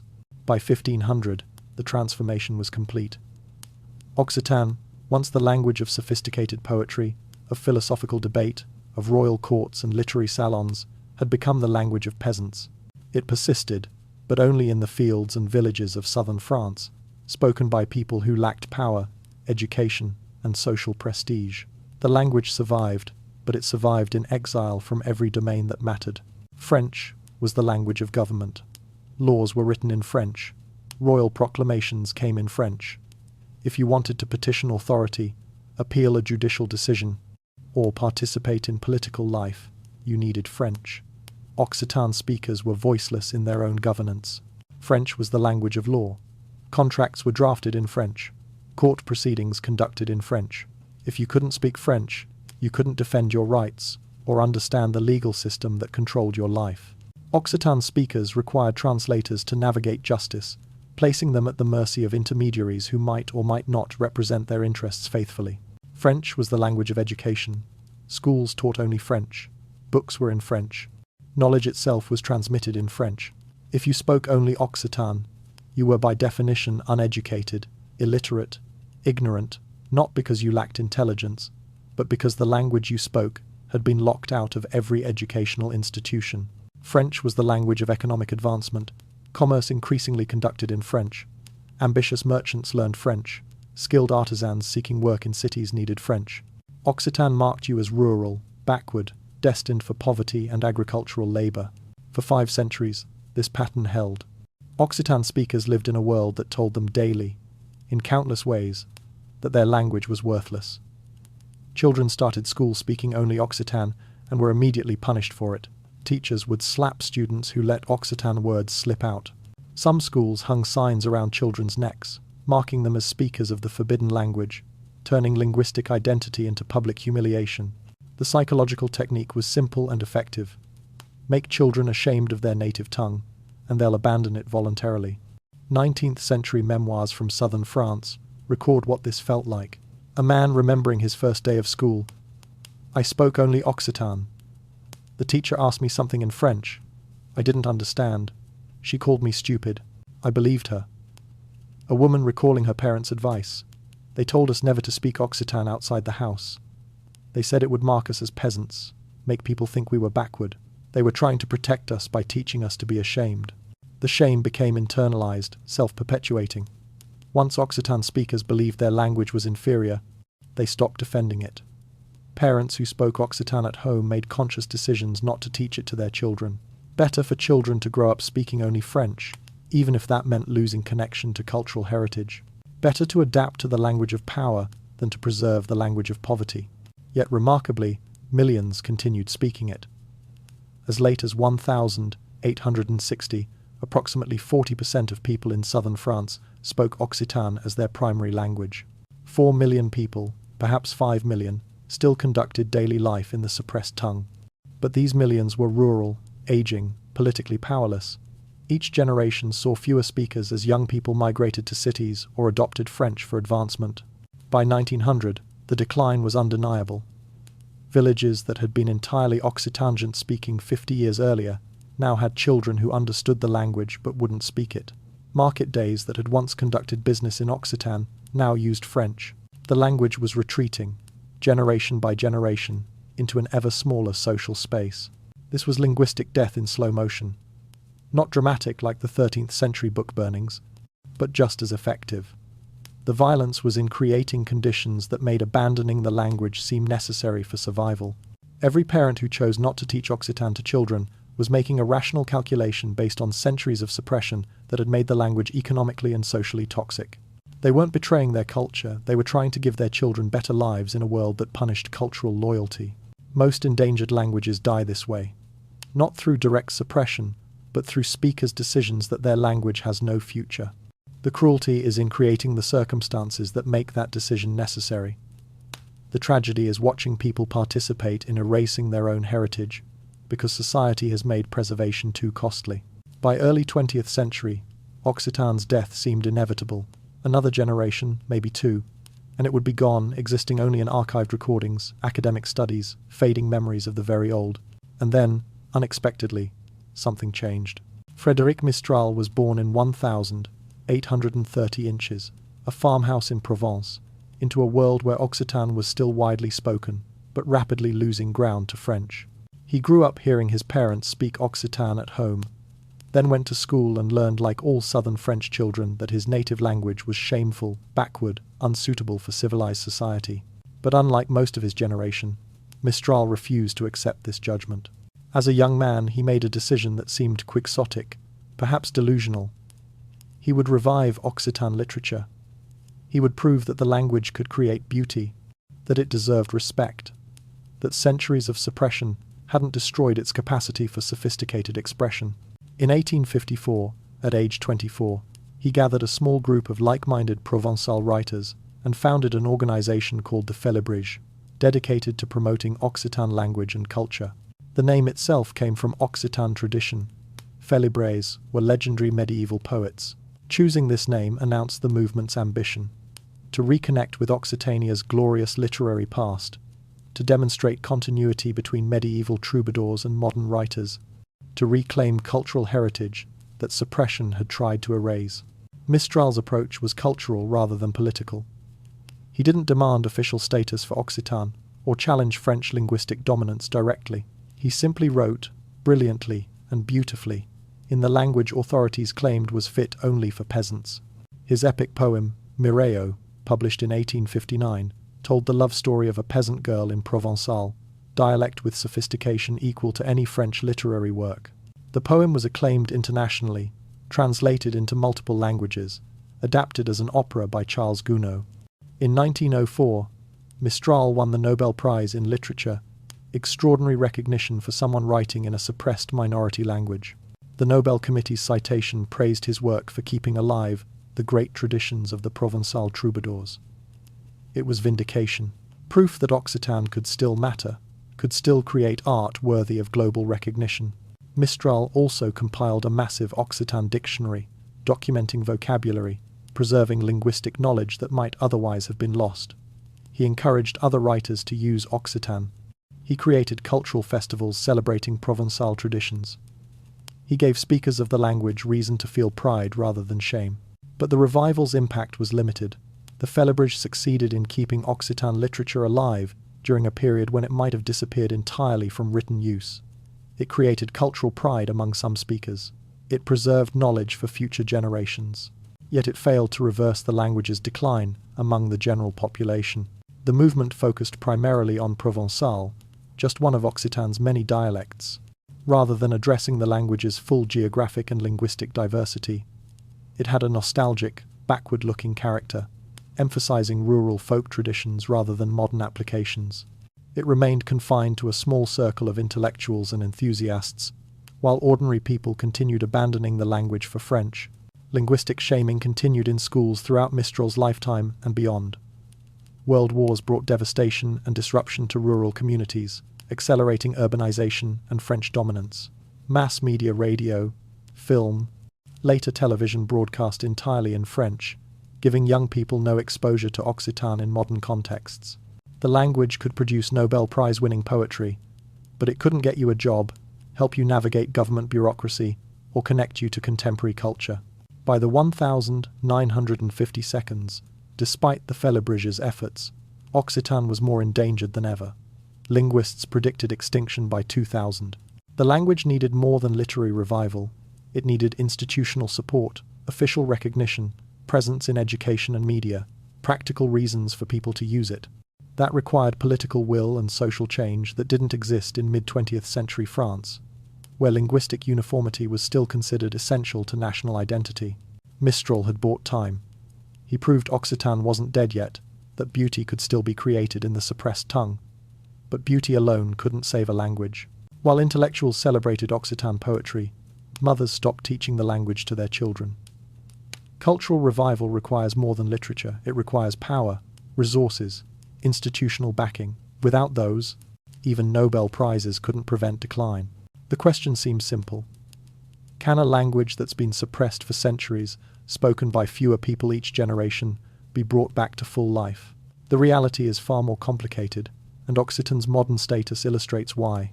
True linguistic revival means more than enthusiasts learning the language or cultural activities conducted in it. It means natural intergenerational transmission, parents speaking to children who grow up as native speakers and continue the chain. It means use across all domains of life: home, work, education, government, media. It means institutional support, giving speakers practical reasons to maintain the language rather than switching to alternatives. By this standard, very few language revivals have succeeded. Hebrew stands as the famous exception, revived from primarily liturgical use to become the living language of Israel. But Hebrew had unique advantages: massive immigration of Jews motivated to adopt a shared language, a new nation requiring linguistic unity, and enormous institutional investment. These conditions rarely exist for other suppressed languages. Most revival efforts achieve partial success at best. They create pockets of speakers, establish cultural activities, introduce educational programs, but don't restore languages to being primary means of communication in speech communities. The languages exist but don't fully live, maintained through conscious effort rather than natural use. Occitan's current status illustrates this partial survival. Today, approximately 500,000 to 1 million people can speak some Occitan, though estimates vary widely. This sounds substantial until you realize it represents fewer than 10% of the 14 million people living in traditional Occitan-speaking regions, and most speakers are elderly. The language has gained limited official recognition in France. Some schools offer Occitan classes. A few radio stations broadcast in Occitan. Bilingual French-Occitan signs appear in some towns. Cultural activities, music festivals, poetry readings, theatre performances continue in the language. These achievements matter. They preserve the language when it might otherwise disappear completely. But they don't constitute full revival. Occitan isn't the dominant language in any community. Most children in southern France grow up speaking only French, learning Occitan in school, if at all, studying it like Spanish or German, as a foreign language rather than their heritage. Natural family transmission happens in only a tiny minority of households. Every demographic study predicts continued decline without dramatic trend reversal. Why is revival so difficult? Language shift happens when people find alternatives more useful. As long as French offers better economic opportunities, broader communication, and higher social prestige, rational calculations favor French. Reversing this requires making Occitan equally useful, which means Occitangent medium education at all levels, Occitan in government and business, Occitan media rivaling French media. These changes are politically and economically unrealistic for a minority language in a nation committed to linguistic uniformity. Intergenerational transmission is the critical barrier. Even if adults learn Occitan, if they don't consistently speak it with children, the language doesn't survive. Creating communities where parents routinely choose to raise children in Occitan rather than French is extraordinarily difficult when French dominates virtually every social domain. Perhaps for suppressed languages, full revival is impossible. Perhaps the best achievable outcome is liminal existence spoken by enthusiasts, taught in schools, present in cultural activities, but not the natural primary language of large communities, neither fully alive nor fully dead, preserved through artificial support rather than organic transmission. This might seem like failure, but it's also survival. Occitan exists. You can learn it, speak it, create in it. Books are published, songs are sung, new literature emerges. The language carries memory of medieval glory, testimony to survival through centuries of suppression, hope that complete extinction can be prevented. Maybe that's enough. Maybe for languages that powerful forces tried to destroy, liminal survival is victory. They exist as possibilities, as connections to heritage, as living proof that suppression isn't always total. They haunt the dominant culture, reminding us what was lost and what might be recovered. Occitan survives today, not as it was in the 12th century when troubadours sang in glittering courts, but as something harder to define, a ghost language, neither dead nor fully alive, existing in the spaces where determination and memory refuse to surrender to history's verdict. Language is never neutral. It's never just a tool for communication, a system of sounds and symbols that happens to vary from place to place. Language is political. It's always connected to questions of power: who has it, how it's maintained, how it's challenged. The suppression of Occitan demonstrates this with brutal clarity. The language wasn't suppressed because it was inferior or primitive. It was suppressed because it enabled things authorities found threatening. The Catholic Church suppressed it because Occitan transmitted heretical ideas to people who couldn't be controlled through Latin's elite linguistic monopoly.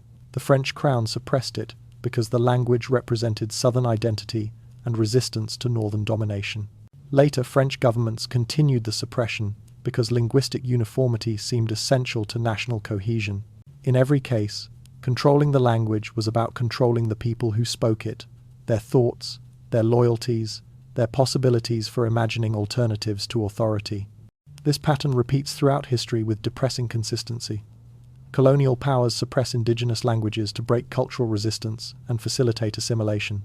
When people can't speak their own languages, they lose connection to pre-colonial identity and heritage, making them easier to incorporate into colonial structures. Authoritarian governments suppress minority languages to enforce unity and prevent alternative centers of identity that might challenge state authority. Even democratic governments often privilege one language over others, creating practical pressures that drive minority language abandonment without requiring explicit prohibition. The mechanisms vary by context. Sometimes suppression is violent, book burnings, prosecutions, physical punishment for speakers. Sometimes it's economic, making the minority language impractical for employment, education, or social advancement. Sometimes it's psychological, creating shame and stigma around the language, so speakers voluntarily abandon it to avoid marking themselves as inferior. But the underlying logic remains consistent. Linguistic diversity enables diversity of thought, identity, and loyalty, which authorities perceive as threatening. Contemporary debates about language policy echo medieval arguments about Occitan. Should minority languages be taught in schools? Should governments provide services in multiple languages? Is linguistic diversity a problem to be solved, or a value to be preserved? Proponents of linguistic uniformity emphasize efficiency, communication, and national unity. Practical arguments that seem reasonable until you recognize their historical precedents. Advocates for linguistic diversity emphasize human rights, cultural identity, and intellectual value arguments that often sound idealistic, but are grounded in understanding what's lost when languages die. The Occitan case proves that linguistic uniformity is achievable.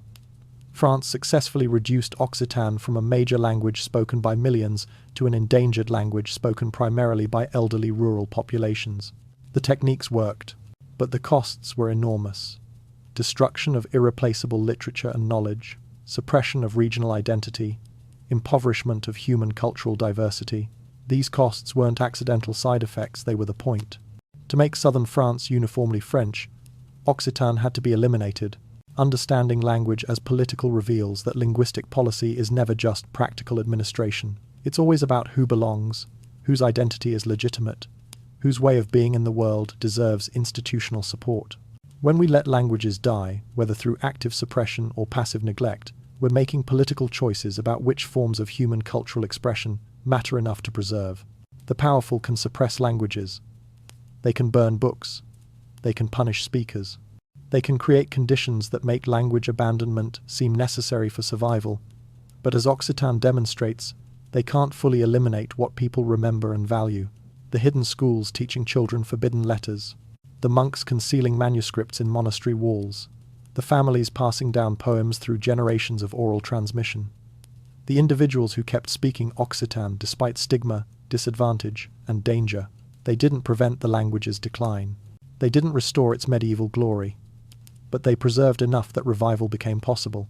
They kept alive the memory that something valuable had existed and been deliberately destroyed. That's what resistance to linguistic suppression achieves. Not always victory, but preservation of possibility. The fight to protect endangered languages isn't primarily about the past, it's about the future. It's about ensuring that the full range of human ways of thinking, speaking, and being remains available to future generations.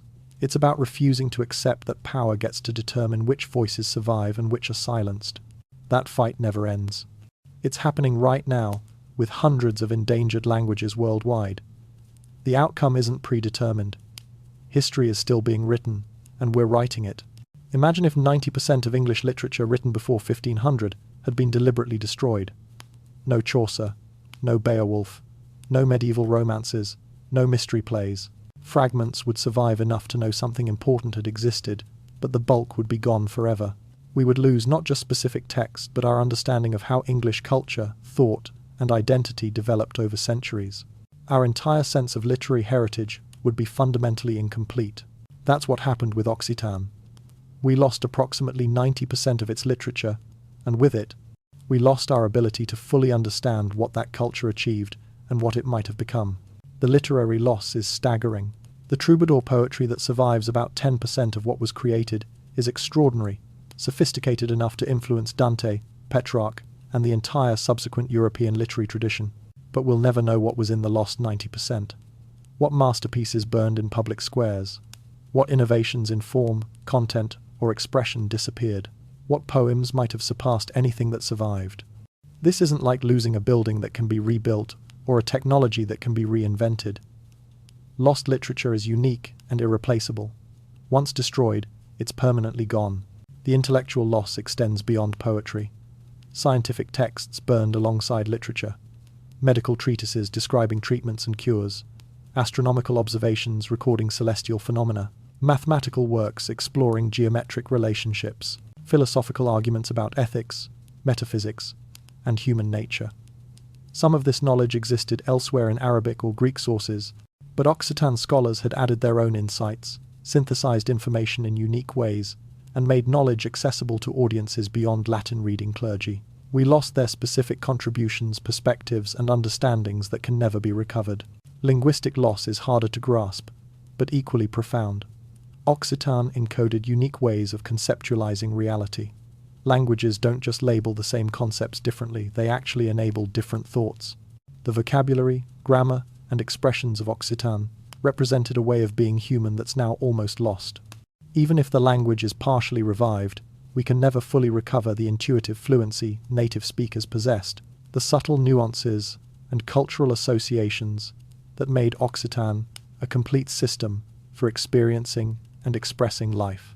The loss of potential might be the most difficult to comprehend. We lost not just what Occitan was, but what it might have become. If the language had continued developing, what literature might 12th century troubadour traditions have produced by the 15th century? What scientific advances might Occitan scholars have made? What philosophical insights might have emerged? We can never know because suppression ended those trajectories. Every language carries infinite creative potential possibilities for expression, thought, and cultural achievement that unfold over centuries. When we destroy a language, we destroy not just existing achievements, but all future possibilities. Recognizing these losses as irreplaceable isn't defeatist, it's honest. Sometimes damage can't be fully repaired. Pretending otherwise diminishes the significance of what was lost and dishonors those who suffered the loss. The people who preserved Occitan through centuries of suppression understood this. They knew they couldn't restore the golden age of troubadour courts or resurrect burned libraries, but they could prevent further loss. They could save fragments. They could maintain the possibility that future generations might value what remained. That's what cultural preservation often means. Not recovering the past, but preventing the future from being even more impoverished. We can't bring back the 90% of Occitan literature that burned. We can't resurrect the thinkers who were killed or forced into silence. We can't recreate the cultural vibrancy of 12th century Occitania, but we can preserve what survived. We can support the language's partial revival. We can remember what was lost and why. Every suppressed language represents not just historical loss, but the death of possibility futures that can never now exist, thoughts that will never be thought, beauty that will never be created. The tragedy isn't only that we lost specific things, but that we can never know what we lost. The darkness is complete, and that makes the preservation of what remains infinitely more precious. The argument for linguistic uniformity sounds reasonable. Wouldn't it be simpler if everyone spoke the same language? Wouldn't it improve communication, reduce misunderstanding, facilitate global cooperation, eliminate translation costs? These aren't absurd questions. They reflect genuine practical considerations. But linguistic uniformity would be catastrophic for human culture and knowledge. Start with practical value. Languages encode knowledge that's difficult or impossible to fully translate. Indigenous languages often contain sophisticated ecological understanding about plants, animals, weather patterns, and sustainable resource management knowledge developed over centuries of careful observation. Arctic peoples have complex vocabularies, distinguishing types of snow and ice that matter for survival. Tropical peoples possess botanical knowledge about medicinal plants that could address modern health challenges. When these languages die, we lose not just words but knowledge systems that could be valuable for humanity's collective future. The intellectual case is equally compelling. Linguistic diversity is cognitive diversity. Different languages structure thought differently, categorize reality in distinct ways, and enable different kinds of conceptual work. Research shows that the language you speak affects how you perceive color, how you conceptualize time and space, how you understand causation, and numerous other cognitive processes. This isn't linguistic relativism taken to absurd extremes, it's empirically demonstrated reality. Languages provide different tools for thinking, and maintaining linguistic diversity means maintaining the full range of human cognitive possibility. If we reduce global linguistic diversity to a handful of dominant languages, We constrain human intellectual and creative potential. We lose not just communication systems but entire frameworks for understanding and engaging with reality. Each language that dies takes with it unique perspectives, insights, and ways of being human that can never be fully recovered or replicated in other languages. The cultural case centers on identity and community. Language is intimately connected to who people are. Speaking your ancestral language connects you to heritage, ancestors, and community history in ways that learning a heritage language academically can never fully replicate. Forcing people to abandon their languages inflicts psychological harm and disrupts cultural continuity across generations. For communities, shared language often provides the foundation of collective identity. Suppressing languages fractures communities and destroys intangible cultural heritage that's irreplaceable. The moral case follows logically. People have rights to their languages. Just as we recognize rights to religious freedom, cultural expression, and identity, we should recognize linguistic rights, the right to speak, learn, and transmit your language without state suppression or social stigma. The suppression of Occitan violated those rights, though the human rights framework to articulate this didn't exist in the 13th century. Today, we have no excuse for allowing linguistic suppression to continue. Practical objections deserve response. Preserving linguistic diversity doesn't mean refusing to learn common languages for broader communication. Multilingualism is possible and beneficial. Most of the world's population speaks multiple languages. People can maintain heritage languages while also speaking English, Spanish, Mandarin, or other major languages for wider communication. What matters is that minority languages aren't forced into extinction by policies making them impractical or shameful to speak. Linguistic diversity represents the variety of ways humans have found to be human, to create meaning, to build societies, to express beauty and truth. When we preserve it, we're maintaining the richness and complexity of human cultural achievement. When we allow languages to die, we're squandering irreplaceable cultural wealth. Right now, we're experiencing a mass extinction event. Not species, though that's happening too. Languages. Half of the world's 7,000 languages are endangered. Most will be extinct by this century's end, unless we act. The question isn't whether we can preserve them, we can, if we choose to invest resources and political will. The question is whether we will, whether we value linguistic diversity enough to save it. The fate of Occitan shows us both the cost of failure and the possibility of survival. What we do next determines whether future generations inherit a world rich in linguistic diversity or impoverished by uniformity. The choice is ours. Walk through Toulouse or Montpellier today, and you'll hear French everywhere. The cafes, the shops, the government offices, all French. The language of power, of commerce, of everyday life. But listen carefully, stay a little longer, and you might hear something else. An old woman at a market stall, speaking to her friend in a language that sounds like French but isn't. A radio broadcast coming from a car window, the words flowing in rhythms that belong to another time. Children at a small school, singing in the tongue of their ancestors. The language that was banned and burned survives. Barely. Precariously. Kept alive by people who refuse to let it die. The Calandretas are where you see it most clearly. These are Occitangent language schools, rare islands, where children learn mathematics and history and science entirely in Occitan. Walk into one, and you'll hear something almost extinct. Young voices speaking fluently in a language their great-grandparents were punished for using. The teachers conduct lessons in Occitan. The playground conversations happen in Occitan. For a few hours each day, these children live in a world where Occitan is normal, necessary, alive. But step outside and that world vanishes. The streets speak French. The television speaks French. Their parents often speak French at home. These children are being raised bilingual in a language that offers them nothing practical. No career advantage, no social prestige, no ability to communicate with more people. They're learning Occitan because someone decided that preserving the language matters more than convenience. The numbers tell a complicated story. Estimates suggest somewhere between 500,000 and 1 million people have some proficiency in Occitan. That sounds substantial, until you realize that far fewer speak it fluently, and fewer still speak it regularly.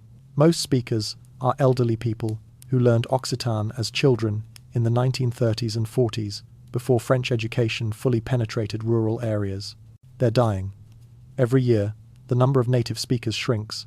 The calandretas create a small cohort of young, fluent speakers, perhaps a few thousand children total, but compared to the rate at which elderly speakers are disappearing, it's not enough. The language is bleeding speakers faster than it's gaining them.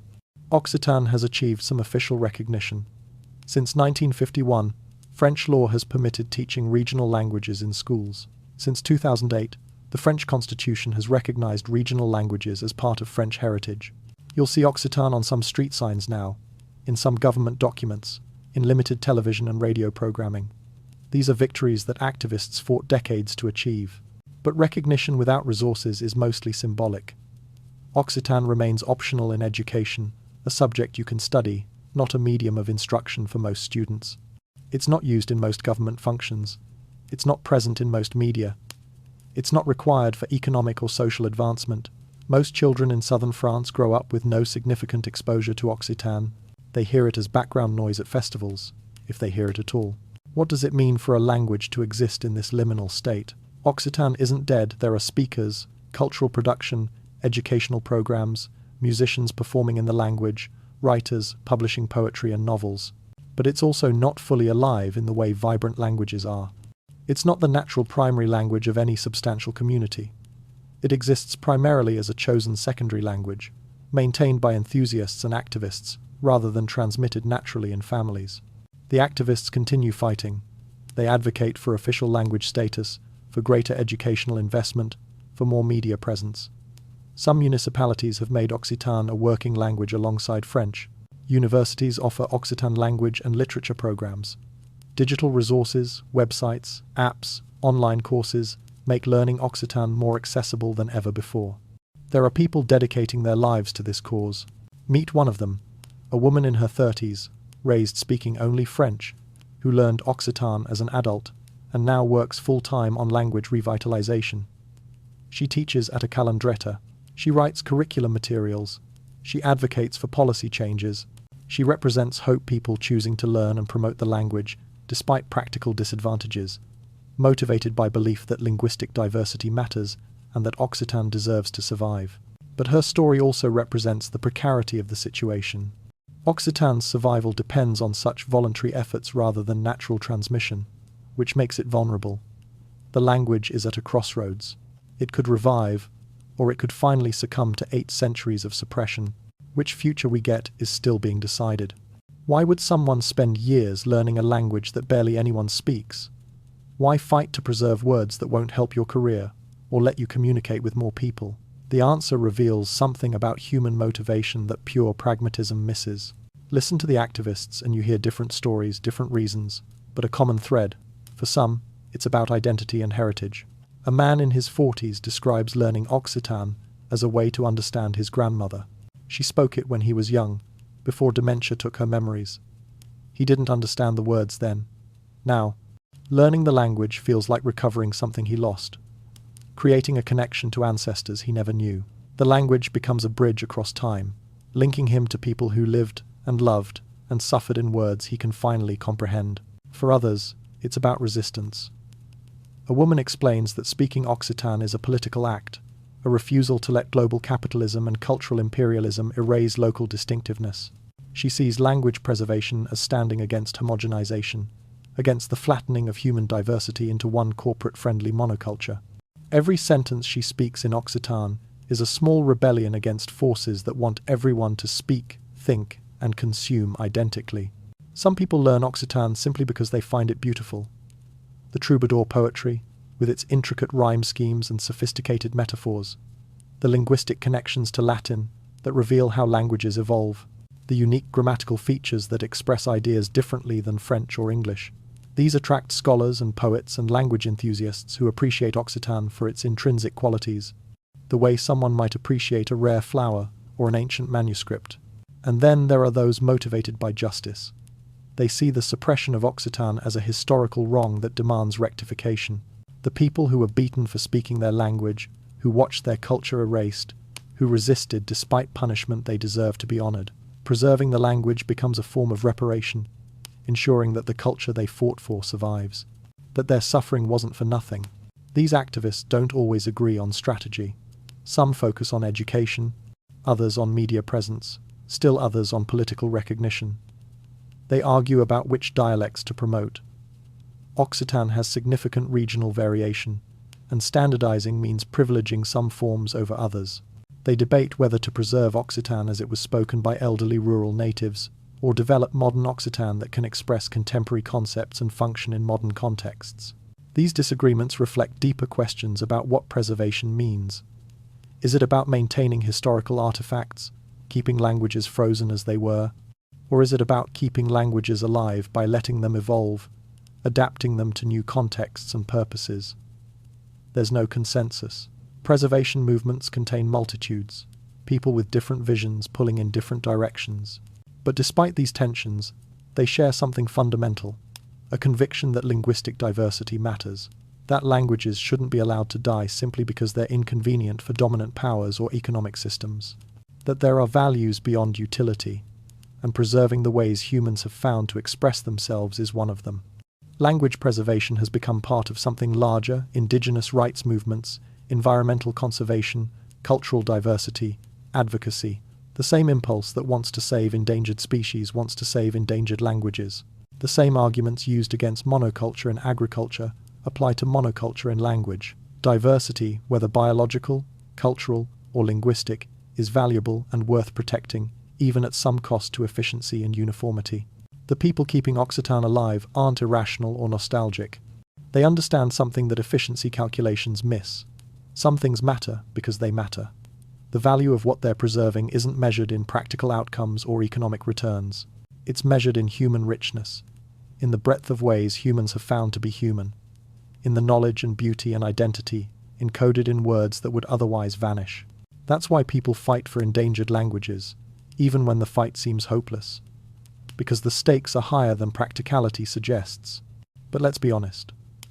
Preserving endangered languages is complicated, and pretending otherwise doesn't help anyone. Start with resources. Teaching Occitan in schools requires money-trained teachers, curriculum development, materials. Providing government services in Occitan costs money. Creating Occitan media requires funding. These resources come from somewhere, usually government budgets that have competing priorities. Healthcare, infrastructure, education in French, which serves millions more people. How much should society invest in preserving languages spoken by small minorities, when that money could benefit larger numbers of people in other ways? There's no objectively correct answer. It involves value judgments about what matters, about what kind of society we want to build. Different people weighing those values differently will reach different conclusions, and both positions can be principled. Then there's the question of choice. While Occitan's suppression was clearly coercive historically, today many Occitan speakers choose not to transmit the language to their children. They believe French offers better opportunities. They want their children to succeed in a French-speaking world. Should preservation efforts override parental choices about what languages their children learn? Some argue that's paternalistic, imposing activists' values on families. Others argue that individual choices reflect systemic pressures, and society should create conditions where choosing minority languages doesn't disadvantage people. Modernizing languages creates its own complications. For Occitan to function in modern contexts, it needs vocabulary for contemporary concepts. Computers, climate change, molecular biology, artificial intelligence. Who decides what the Occitan words for these concepts should be? Different dialect communities might develop different terms, fragmenting the language further. Standardization might privilege one dialect over others, creating resentment. Someone has to make these linguistic planning decisions, and every choice favors some speakers' preferences over others. Preservation sometimes conflicts with other values. Traditional aspects of Occitan culture, like all traditional cultures, include elements we might now consider problematic: rigid gender norms, hierarchies, practices that don't align with contemporary ethics. Should language preservation efforts include these cultural elements, or should they modernize Occitan culture? But modernizing potentially loses authenticity, turns the language into something artificial rather than a living tradition. Here's a provocative question. Are all languages worth preserving? Most preservation advocates argue yes, every language has value, all deserve support. But some critics argue that linguistic diversity, while valuable, isn't an absolute good that trumps all other considerations. If a language is spoken by very few people, requires enormous resources to preserve, and its speakers would benefit economically and socially from shifting to a major language, is preservation the most ethical choice? Or does it prioritize abstract linguistic diversity over concrete human welfare? These aren't easy questions. They require careful thought rather than reflexive answers. Acknowledging complications doesn't mean abandoning preservation efforts. It means pursuing them thoughtfully, with awareness of trade-offs and respect for the communities whose languages are being preserved. The best preservation efforts are community-driven. They respect speakers' autonomy. They balance preservation with adaptation and modernization. They listen to what speakers actually want, rather than imposing outsiders' romantic visions. The worst efforts are top-down, romanticize the past, or prioritize ideological purity over speakers' actual needs and desires. Despite these complications, the general case for linguistic preservation remains strong. The practical benefits, preserving knowledge encoded in languages. The intellectual benefits, maintaining cognitive diversity, different ways of thinking embedded in different linguistic structures. The moral benefits, respecting linguistic rights, honoring cultural identities. These outweigh the costs and complications in most cases. But preservation should be pursued wisely, with humility about its limitations and respect for the people whose languages are at stake.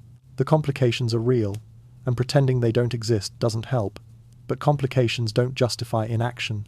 They justify careful, thoughtful action that respects both the value of linguistic diversity and the legitimate concerns of people affected by preservation efforts. Occitan's preservation teaches us that we can acknowledge difficulties while still believing the effort is worthwhile. Return to the beginning, to the burned manuscripts found in a French monastery, fragments of a forbidden language preserved in ash. We started there, with those charred pages, and now we understand what they're telling us. They tell us that culture is fragile, that centuries of accumulated knowledge and beauty can be destroyed in a generation. The troubadours who spent lifetimes perfecting their craft, the scholars who developed sophisticated philosophical systems, the communities that created an entire literary tradition, all nearly erased. What took generations to build, took days to burn. They tell us that power fears language, not because words themselves threaten armies or topple kingdoms, but because language enables resistance. It allows people to question authority, to imagine alternatives, to organize opposition. The Catholic Church didn't burn Occitan texts because they were offensive. They burned them because they represented a world where church authority wasn't absolute, where different interpretations of Christianity could coexist, where love poetry mattered as much as liturgy. They tell us that suppression is never total. Even the most sustained campaigns of cultural destruction leave traces. Fragments hidden in walls, songs remembered by grandmothers, words that survive in place names and family memories. These traces persist, sometimes for centuries, waiting for conditions that allow them to grow into revival. We've followed an arc from Golden Age through violent suppression, through centuries of marginalization to tenuous contemporary survival. This pattern isn't unique to Occitan. It repeats throughout human history, with countless languages and cultures. The specifics change, but the structure remains. Dominant power suppresses diversity, diversity resists, suppression succeeds partially, fragments survive, time passes, revival becomes possible. Understanding this pattern helps us recognize it when it's happening today.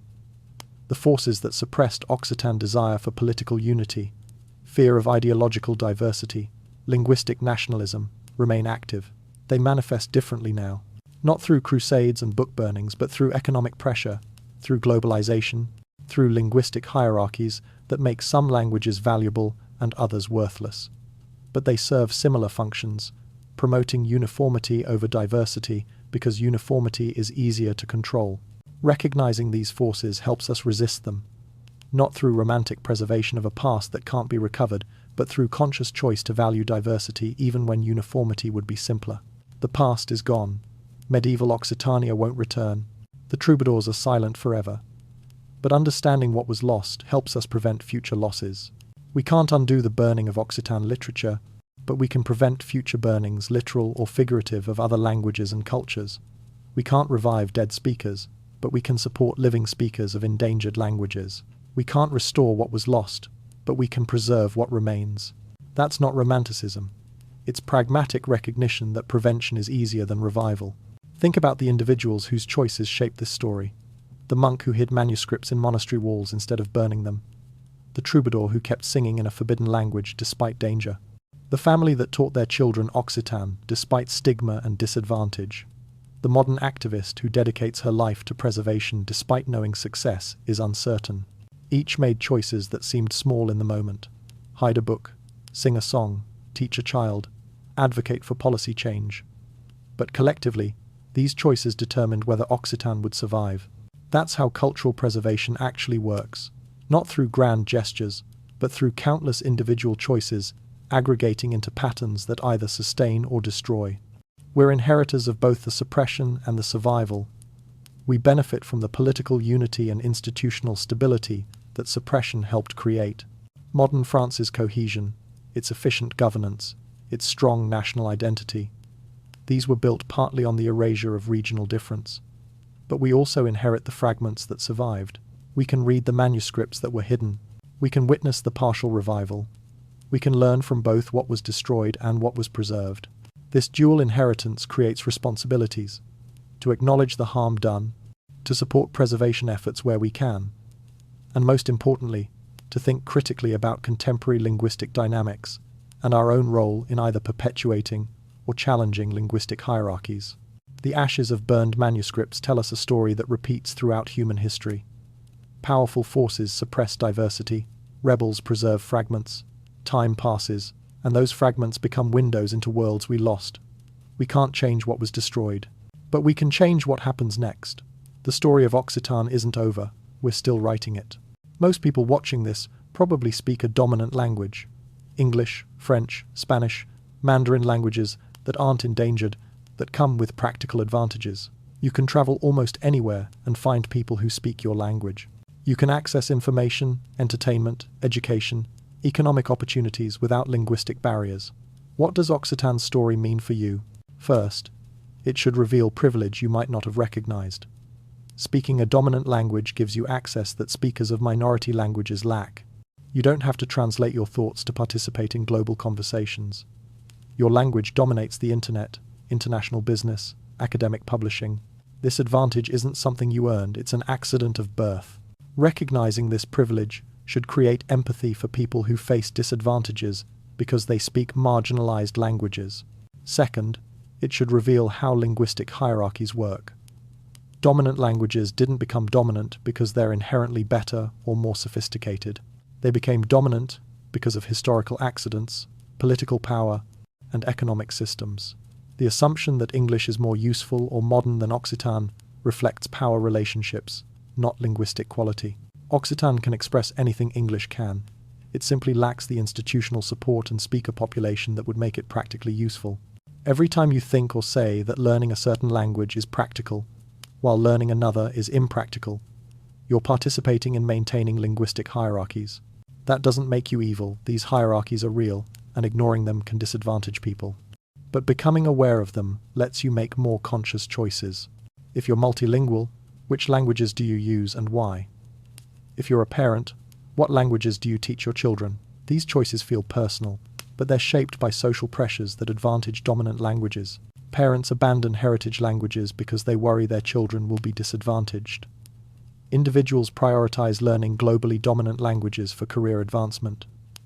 These are rational responses to real pressures, but collectively, millions of such rational individual choices create the pattern that endangers languages. What can you actually do?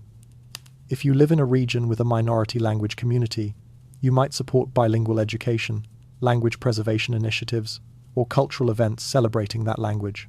If you're learning a foreign language, you might consider learning an endangered language rather than only globally dominant ones. Every person who learns a minority language provides valuable support to preservation efforts. If you work in policy, education, or media, you might advocate for greater linguistic diversity and support for minority languages. Even simple actions matter. Respecting people's language choices, not mocking accents or minority language use, challenging linguistic hierarchies when you encounter them. These seem small, but they contribute to cultural climate. Individual actions won't solve global linguistic endangerment. That requires systemic changes in policy and resource allocation. But individual choices shape whether linguistic diversity is valued or erased in your immediate context. The cumulative effect of millions of people making slightly more inclusive, diversity-supporting choices could be significant. Does supporting linguistic diversity mean opposing common languages? Does preserving minority languages mean hindering communication? No. Multilingualism is possible. People can maintain heritage languages while also speaking widely used languages for broader communication. Occitan activists aren't arguing that French should be abolished or that southern France should become monolingual Occitan. They're arguing that Occitan should be available as an option, supported and valued, not suppressed. Supporting linguistic diversity doesn't require accepting isolation. It requires creating social conditions where speaking minority languages doesn't force people to choose between heritage and opportunity, where children can learn their grandparents' language without sacrificing their future prospects, where linguistic difference is celebrated rather than stigmatized. The suppression of Occitan isn't just history, it's a pattern that continues today, in subtler forms, affecting hundreds of languages. Understanding that pattern changes how we see language in our own lives. It makes visible the privileges we have or don't have based on what language we speak. It reveals the social forces pushing toward linguistic uniformity. And it shows us that our choices matter. We're all participants in either preserving or destroying linguistic diversity. Which role we play is up to us. We can't reverse past suppressions. Occitan will never return to its medieval vitality. Thousands of languages have already been lost forever. But we can choose what happens going forward. Imagine what that choice looks like. Imagine governments providing real funding for minority language education, media, and cultural activities. Not token recognition but substantial support. Imagine policies that recognize minority languages as official languages in regions where they're spoken, ensuring government services are available in those languages. Imagine linguistic diversity as an explicit policy goal, measured and tracked like other social priorities. Imagine schools teaching children about linguistic diversity and its value from an early age, countering the assumption that monolingualism in a dominant language is normal or desirable. Imagine multilingual education as standard, with children learning heritage languages alongside common languages for broader communication. Imagine linguistic rights taught as part of human rights education, so that future generations grow up understanding that language suppression is a form of injustice. Imagine technology mobilized for preservation. Apps for learning endangered languages, developed with the same resources currently devoted to apps for learning globally dominant languages. Online communities connecting speakers of minority languages across distances, reducing the isolation that makes languages unviable. Digital archives preserving texts and recordings so that even if languages die, their knowledge survives. Translation technologies, making multilingualism more practical, reducing the pressure to abandon minority languages for communication efficiency. Imagine media representation of minority languages, not as curiosities or historical artifacts, but as living languages worthy of respect. Imagine television shows, films, music in endangered languages reaching broader audiences. Imagine linguistic diversity celebrated rather than mocked, with accents and code switching seen as enriching rather than deficient. This isn't utopian fantasy. It's achievable if societies choose to prioritize it. The obstacles are primarily political will and resource allocation, not technical impossibility. We have the knowledge and tools to preserve most endangered languages. We lack the collective commitment. That commitment is a choice, one that requires viewing linguistic diversity as valuable enough to justify the investment it requires. Occitan offers inspiration. The language survived 8 centuries of suppression because people refused to let it die completely. That refusal kept possibilities alive. Today's partial revival wasn't inevitable, but it became possible because earlier generations preserved enough that revitalization could occur. They hid manuscripts. They taught their children despite stigma. They maintained communities of speakers, even when that meant accepting disadvantage. Because of their choices, revival remains possible. That's the model for other endangered languages. Preserve enough now that future revival remains possible, even if full revival isn't achievable immediately. Save the recordings. Document the grammar. Create educational materials. Support the speakers who remain. These actions might seem insufficient. They won't restore languages to their former vitality, but they keep possibilities alive. And keeping possibilities alive is how cultures survive across centuries of hostility. Return one final time to the burned manuscripts. Reframe them not as tragedy, but as testament to resilience. Yes, most Occitan literature burned, but some survived. Yes, the language declined dramatically, but it didn't die. Yes, suppression succeeded in many ways, but it failed to completely erase Occitan. That partial failure, that imperfect survival, that stubborn persistence of memory and culture despite centuries of suppression, that's the victory. Not the victory the Troubadours hoped for, but victory nonetheless. Damaged survival beats total extinction. Incomplete preservation beats accepting loss. Fighting even when victory seems impossible beats not fighting at all. 8 centuries ago, someone hid manuscripts in monastery walls, hoping someday they'd be found. Today, we hold those fragments and read words that were meant to be forgotten forever. That's the power of preservation. It keeps possibilities alive across centuries. Every language we preserve, every manuscript we save, every child we teach their heritage language, these are acts of defiance against forces that destroyed Occitan and that threaten thousands of languages today. The language that was forbidden, banned, and burned still speaks, and so can the others if we choose to listen.